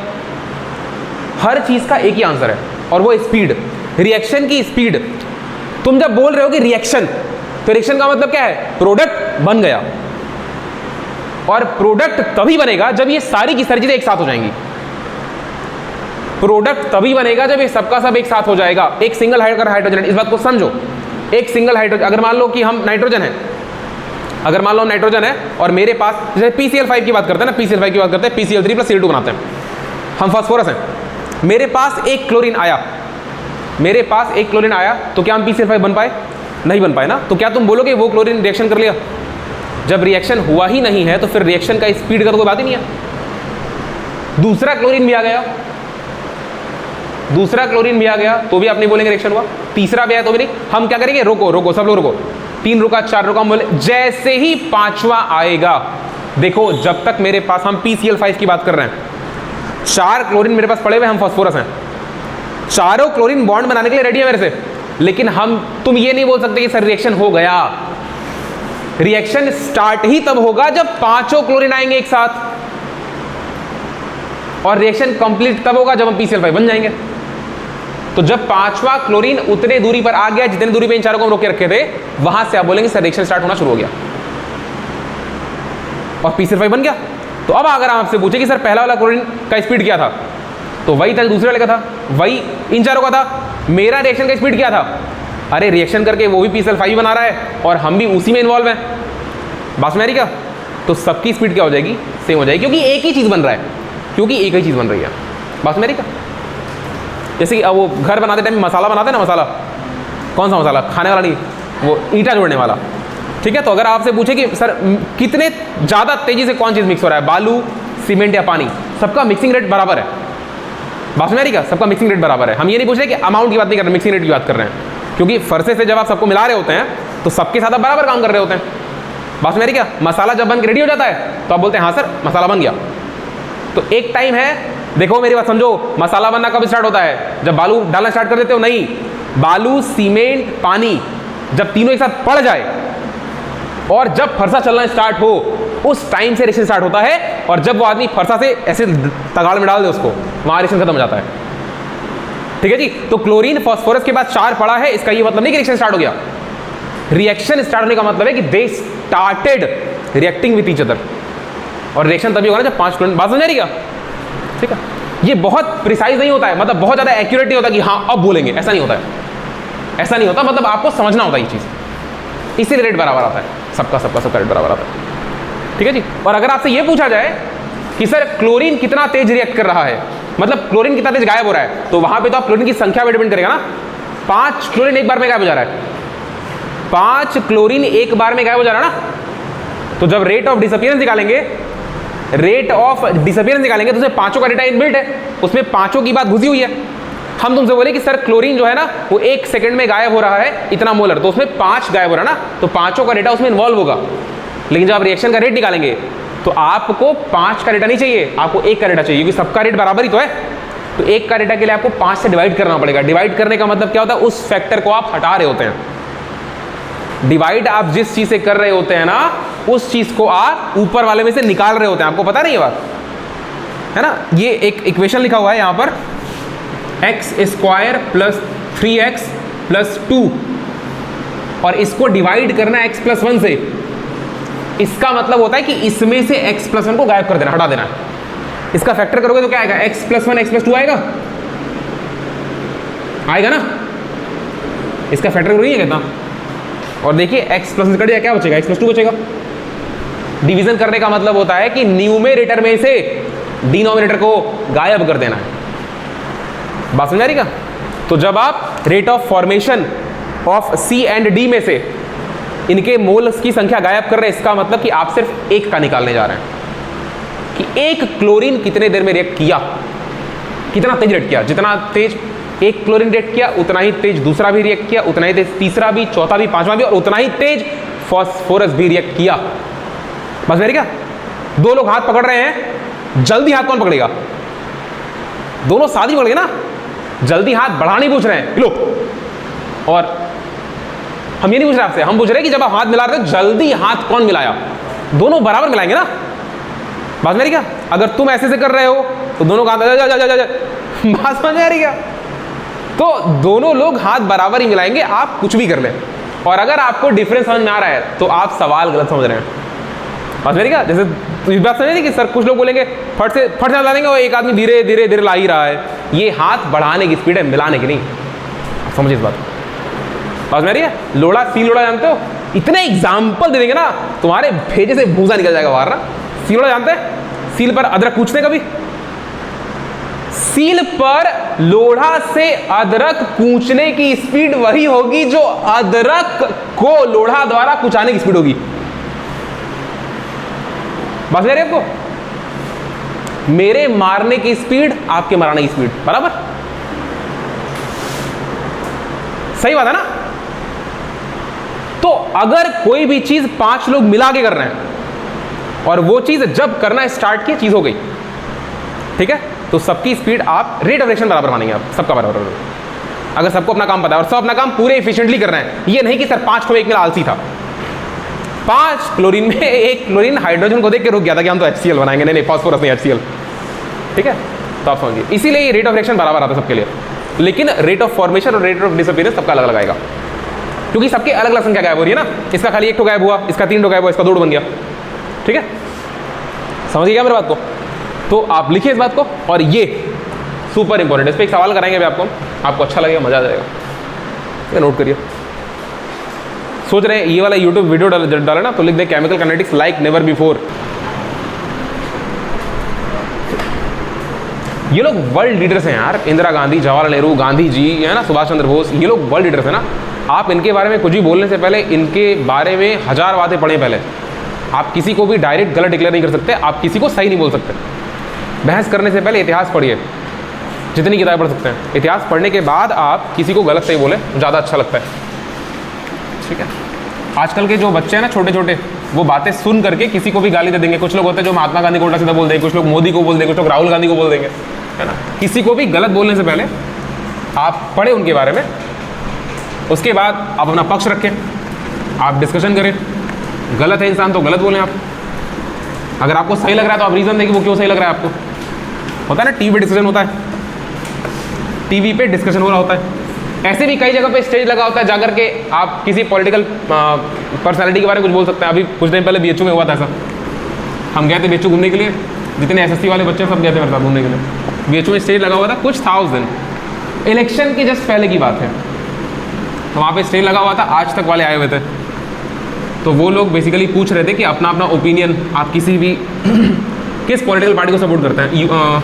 उसमें एक फ़ोटो लगी थी अखिलेश यादव की, और एक फ़ोटो लगी थी नरेंद्र मोदी की, और एक फ़ोटो राहुल गांधी की शायद लगी थी। हाँ, राहुल गांधी की लगी थी।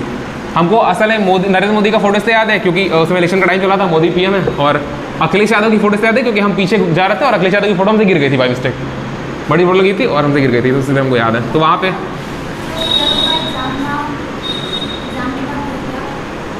यार देखो हम गए थे, इतना काफ़ी नहीं है, कब गए थे ज़्यादा इंपॉर्टेंट है। क्या करोगी, जाके आर्काइव में खोजोगी फाइल में, उसको लिखवाओगी सुनहरे अक्षरों में इतिहास में, एक तो किताब बनाओगी my experiments with Vishal sir है ना। महात्मा गांधी का ऑटोबायोग्राफी है ना, जानते हैं ना, क्या नाम है इसका? माई एक्सपेरिमेंट्स विथ ट्रूथ, सच्चाई के साथ मेरे प्रयोग। ठीक है, आप बिल्कुल गलत बोले, पढ़ करके फैक्चुअल गलत बातें और सही बातें बोले आप। ठीक है, चलिए आगे बढ़ते हैं। अरे यार, पॉलिटिकल डिबेट नहीं करना चाहिए ना, मुद्दा हो जाता है।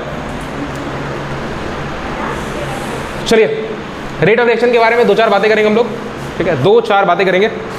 लिखिए इंपॉर्टेंट पॉइंट्स, या फिर डायरेक्ट लिख लो पॉइंट्स, या फिर सीधे 1 2 3 करके लिख लो, जैसे आपको ठीक लगे ना। हम आर, रेट ऑफ रिएक्शन को आर बोल रहे हैं और इसके बारे में कुछ बातें करेंगे। पहली बात देखिए, it is always positive. Rate of reaction जो है it is always positive, it is always positive, ये नेगेटिव नहीं आ सकता। हो गया। आपके मन में एक सवाल उठना चाहिए, जैसे ही हम बोले ये नेगेटिव नहीं आ सकता, आपके मन में एक सवाल उठना चाहिए। बताते क्या कि सर अगर रिएक्टेंट का रेट ऑफ डिसअपीयरेंस यूज करके हम रेट ऑफ रिएक्शन निकालें, मेरा सवाल सुनो ध्यान से, अगर हम रेट ऑफ डिसअपीयरेंस यूज करके रेट ऑफ रिएक्शन निकाल सकते हैं ना, DA/dt का यूज करके आप R निकाल सकते हैं, A से डिवाइड कर दीजिए। ठीक है, अगर आप रेट ऑफ रिएक्शन ऐसे निकाल रहे हैं सर, R बराबर -1/A into change in concentration of A upon dt, यहाँ तो माइनस लगा हुआ है, बात का लिख लो, पहले लिख लो, जिंदगी में वही सब जरूरी है ना, लिख लो। ठीक है, ये तो घर पे भी देख लेंगे।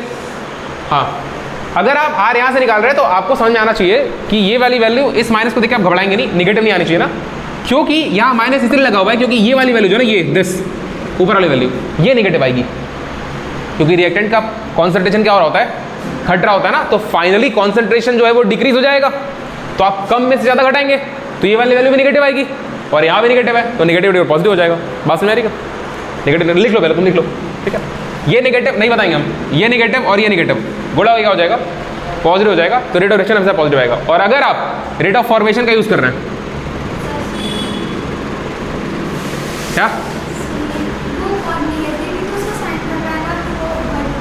हाँ, तो फॉर्मूला इसी प्रकार से बनाया गया है ना, फॉर्मूला आपको यही यूज करना है। आप जब फॉर्मूला यूज करेंगे तो माइनस लिखोगे यहाँ पे, और यहाँ पे जो चेंज इन कॉन्सेंट्रेशन ऑफ ए है, इसकी वैल्यू निकालोगी ना, पहले कॉन्सेंट्रेशन 5 मोलर थी, बाद में कॉन्सेंट्रेशन 3 मोलर हो गई, तो घटाओगे 3 - 5, तो माइनस 2 यहाँ से भी आएगा, तो माइनस माइनस प्लस हो जाएगा ऑटोमेटिक। फॉर्मूला बनाया इस हिसाब से गया है, ये माइनस साइन बताता है ये बात कि कॉन्सेंट्रेशन ऑफ ए घट रहा होता है, पास में क्या, लेकिन इस माइनस का फायदा भी होता है कि रेट ऑफ रिएक्शन पॉजिटिव आ जाता है। इसकी वैल्यू तुम सॉल्व करोगी तो निगेटिव आ जाएगा, और ये माइनस को पॉजिटिव कर देगा, तो रेट ऑफ रिएक्शन हमेशा पॉजिटिव आ जाता है। ऐसा होता है। रेट ऑफ रिएक्शन पॉजिटिव इसलिए आता है ना, क्योंकि आप चाहे फॉरवर्ड डायरेक्शन की बात करें चाहे बैकवर्ड डायरेक्शन की बात करें, रिएक्शन हमेशा आगे बढ़ रहा होता है। आप इस बात को समझें, आप चाहे फॉरवर्ड डायरेक्शन की बात करें चाहे बैकवर्ड डायरेक्शन की बात करें, रिएक्शन हमेशा आगे ही बढ़ रहा होता है। अगर ए और बी, अगर फॉरवर्ड की बात करें तो ये आगे बढ़ रहा है, मतलब प्रोडक्ट बना रहा है, और अगर इधर से देखोगे तो ये भी तो प्रोडक्ट ही बना रहा है अपना, बस मेरे क्या, अरे ये इसके लिए रिएक्टेंट है ना, बस मेरे क्या, और ये इसके लिए रिएक्टेंट है, तो ये इसके लिए प्रोडक्ट है और ये इसके लिए प्रोडक्ट है, बस मेरे क्या। जब रिएक्शन इधर का हो रहा है तो प्रोडक्ट ये, और जब रिएक्शन इधर का हो रहा है तो प्रोडक्ट ये, तो चाहे अगर ये बन रहा है तो भी बोलोगे कि हाँ सर रिएक्शन आगे बढ़ रहा है, और अगर ये बन रहा है तो भी बोल सकते हैं रिएक्शन आगे बढ़ रहा है ना। आप इसको ऐसे लिख सकते हैं ना, ये H2N2NH3 कॉम्बिनेशन रिएक्शन आगे बढ़ रहा है, और आप इसको ऐसे भी लिख सकते हैं कि NH3 बराबर H2 + N2 डीकम्पोजिशन रिएक्शन आगे बढ़ रहा है। तो रेट ऑफ रिएक्शन बेसिकली हमेशा पॉजिटिव होगा। बोलो,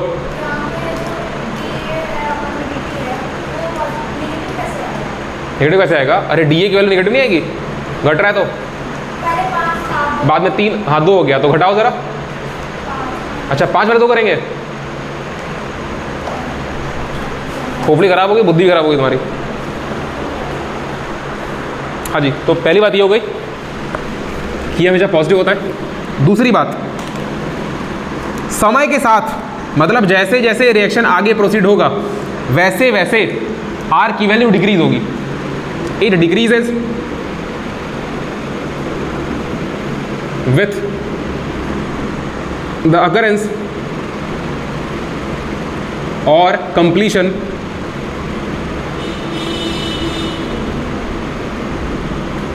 ऑफ रिएक्शन।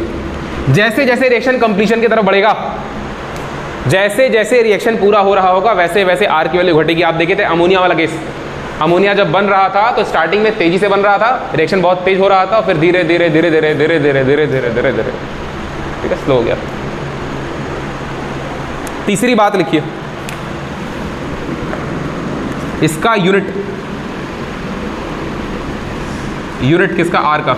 हाँ जी, इसका फॉर्मूला क्या होता है, चेंज इन कॉन्सेंट्रेशन अपॉन में चेंज इन टाइम। कॉन्सेंट्रेशन का यूनिट क्या होता है भाई, कॉन्सेंट्रेशन का यूनिट मोल पर लीटर होता है, और नीचे टाइम है तो सेकंड ऊपर चला आएगा, तो टाइम इनवर्स लिख दो इसको। हम टाइम इनवर्स इसलिए लिख रहे हैं क्योंकि जरूरी नहीं है ना कि रिएक्शन सेकंड में कंप्लीट हो जाए, हो सकता है रिएक्शन कंप्लीट होने में मिनट लग जाए, हो सकता है आवर लग जाए। नहीं, हमको पता है टाइम का ऐसा यूनिट सेकंड है, लेकिन केमिस्ट्री के इस चैप्टर में टाइम में कई बार मिनट भी यूज किया जाएगा, ठीक है, और आंसर जो है वो मोल पर लीटर पर मिनट में भी दिया जाएगा। आप समझ रहे मेरे बात को क्या, तो आप लिख लीजिए।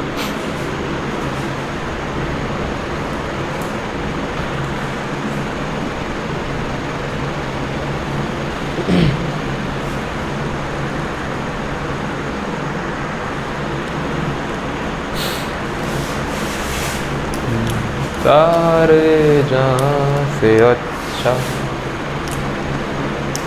दोस्ता हमारा। बात तो सही है, हिंदुस्तान अच्छा तो है, भारत बहुत अच्छा है। थोड़ी थोड़ी दिक्कतें हैं, कुछ दिक्कतों को बहुत पहले चले जाना चाहिए था, और कुछ दिक्कतें टाइम के साथ धीरे धीरे जाती। जैसे गरीबी एक दिन में ख़त्म नहीं होती है, इट टेक्स टाइम, सही बात है ना। लेकिन अगर गवर्नमेंट इफिशिएंटली काम करे, तो चाहे कोई भी गवर्नमेंट हो, इफिशिएंटली काम करे तो गरीबी खत्म हो जाएगी। एजुकेशन का लेवल एक दिन में नहीं बढ़ता, लेकिन अगर बढ़ाया जाए तो जल्दी बढ़ जाएगा। रेप, मर्डर, है ना, चोरी, बात ना रहेगा, ये सब कुछ बहुत पहले ख़त्म हो जाना चाहिए था, क्योंकि बहुत टाइम मिला भारत को ना, बहुत टाइम मिला। कोई बात नहीं, तुम लोग में से ना कोई लोग नेता बन जाना, हम तुमको वोट देंगे। वो कंडीशनल है, डिपेंड करेगा, आपकी शक्ल वोट देने के लायक होनी चाहिए। शक्ल मतलब आपके शक्ल पे आपके कांड लिखे होते हैं ना, आपके कांड वोट देने के लायक होने चाहिए, ठीक है। चलिए आगे बढ़िए। हाँ जी, अगर रिएक्शन गैसियस है,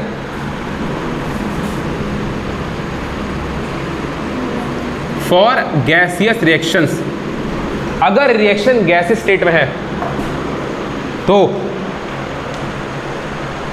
ये जो मोल है ये एटीएम में कन्वर्ट हो जाएगा। बात समझ क्या, अगर रिएक्शन गैसियस है तो मतलब ये जो कॉन्सेंट्रेशन का अमाउंट होता है वो एटीएम में कन्वर्ट हो जाएगा ना, क्योंकि आप वहाँ पे गैस का प्रेशर यूज़ करेंगे। अरे बोलो, बात समझ क्या, पक्का। तो लिखिए फॉर, अगला पॉइंट लिखिए, for gaseous reactions, for gaseous reactions its unit is, it's मतलब किसका, आर का, its unit is ATM, ATM time inverse, ATM into time inverse. बात में आ रही क्या, अगर गैसियस है तो एटीएम इंटू टाइम इनवर्स ऐसे लिख देंगे। एटमॉस्फेरिक प्रेशर का हो गया, कुछ गलत लिख दिया, तो क्या बोल रही हो।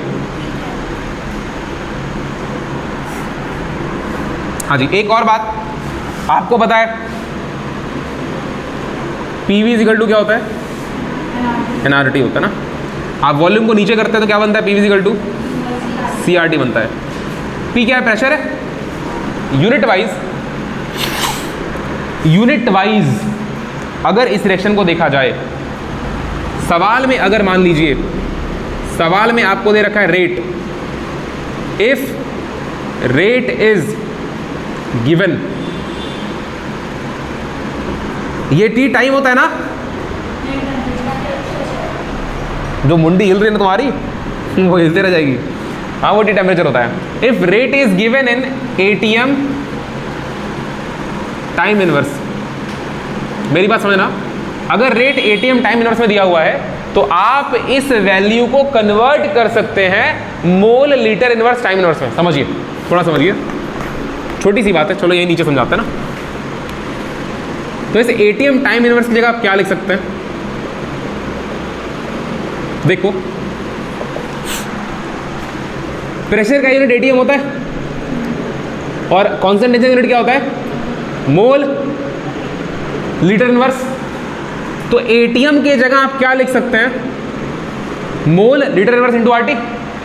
मतलब कि अगर आपको रेट दे रखा है किसमें, एटीएम टाइम इनवर्स में, तो आप उस रेट को निकाल सकते हैं mole litre inverse time inverse में, तब जब आप रेट में किसका मल्टीप्लाई कर दें, आरटी का। यही फॉर्मूला है, प्रेशर की जगह अरे लिख सकते हैं ना, प्रेशर की जगह सीआरटी, तो वहाँ सीआरटी लिख दीजिए फॉर्मूले में। अरे बात समझिएगा मेरी, आप एटीएम के जगह मोलर इंटू आरटी लिख सकते हैं। मोलर समझते हैं आप क्या, मोल पर लीटर मोलर हो जाता है, बात मेरी क्या। इतनी बातें आपकी कॉपी में छपी होनी चाहिए, क्योंकि हम लोग यूनिट कन्वर्जन करेंगे गैसियस प्रोडक्ट के लिए। ये कई जगह यूज किया जाता है, आरटी वाला फैक्टर कई जगह यूज किया जाता है ना। आप जब रिएक्शन कोएफिशिएंट की वैल्यू निकाल रहे होते हैं, प्रोडक्ट बाय रिएक्टेंट का कॉन्सेंट्रेशन, तो वहां पर भी यही वैल्यू रखते हैं ना, आरटी आरटी कट जाता है, इसलिए मोल बाय मोल आ जाता है, मतलब ऐसा हो जाता है ना, आरटी आरटी कट जाता है बस।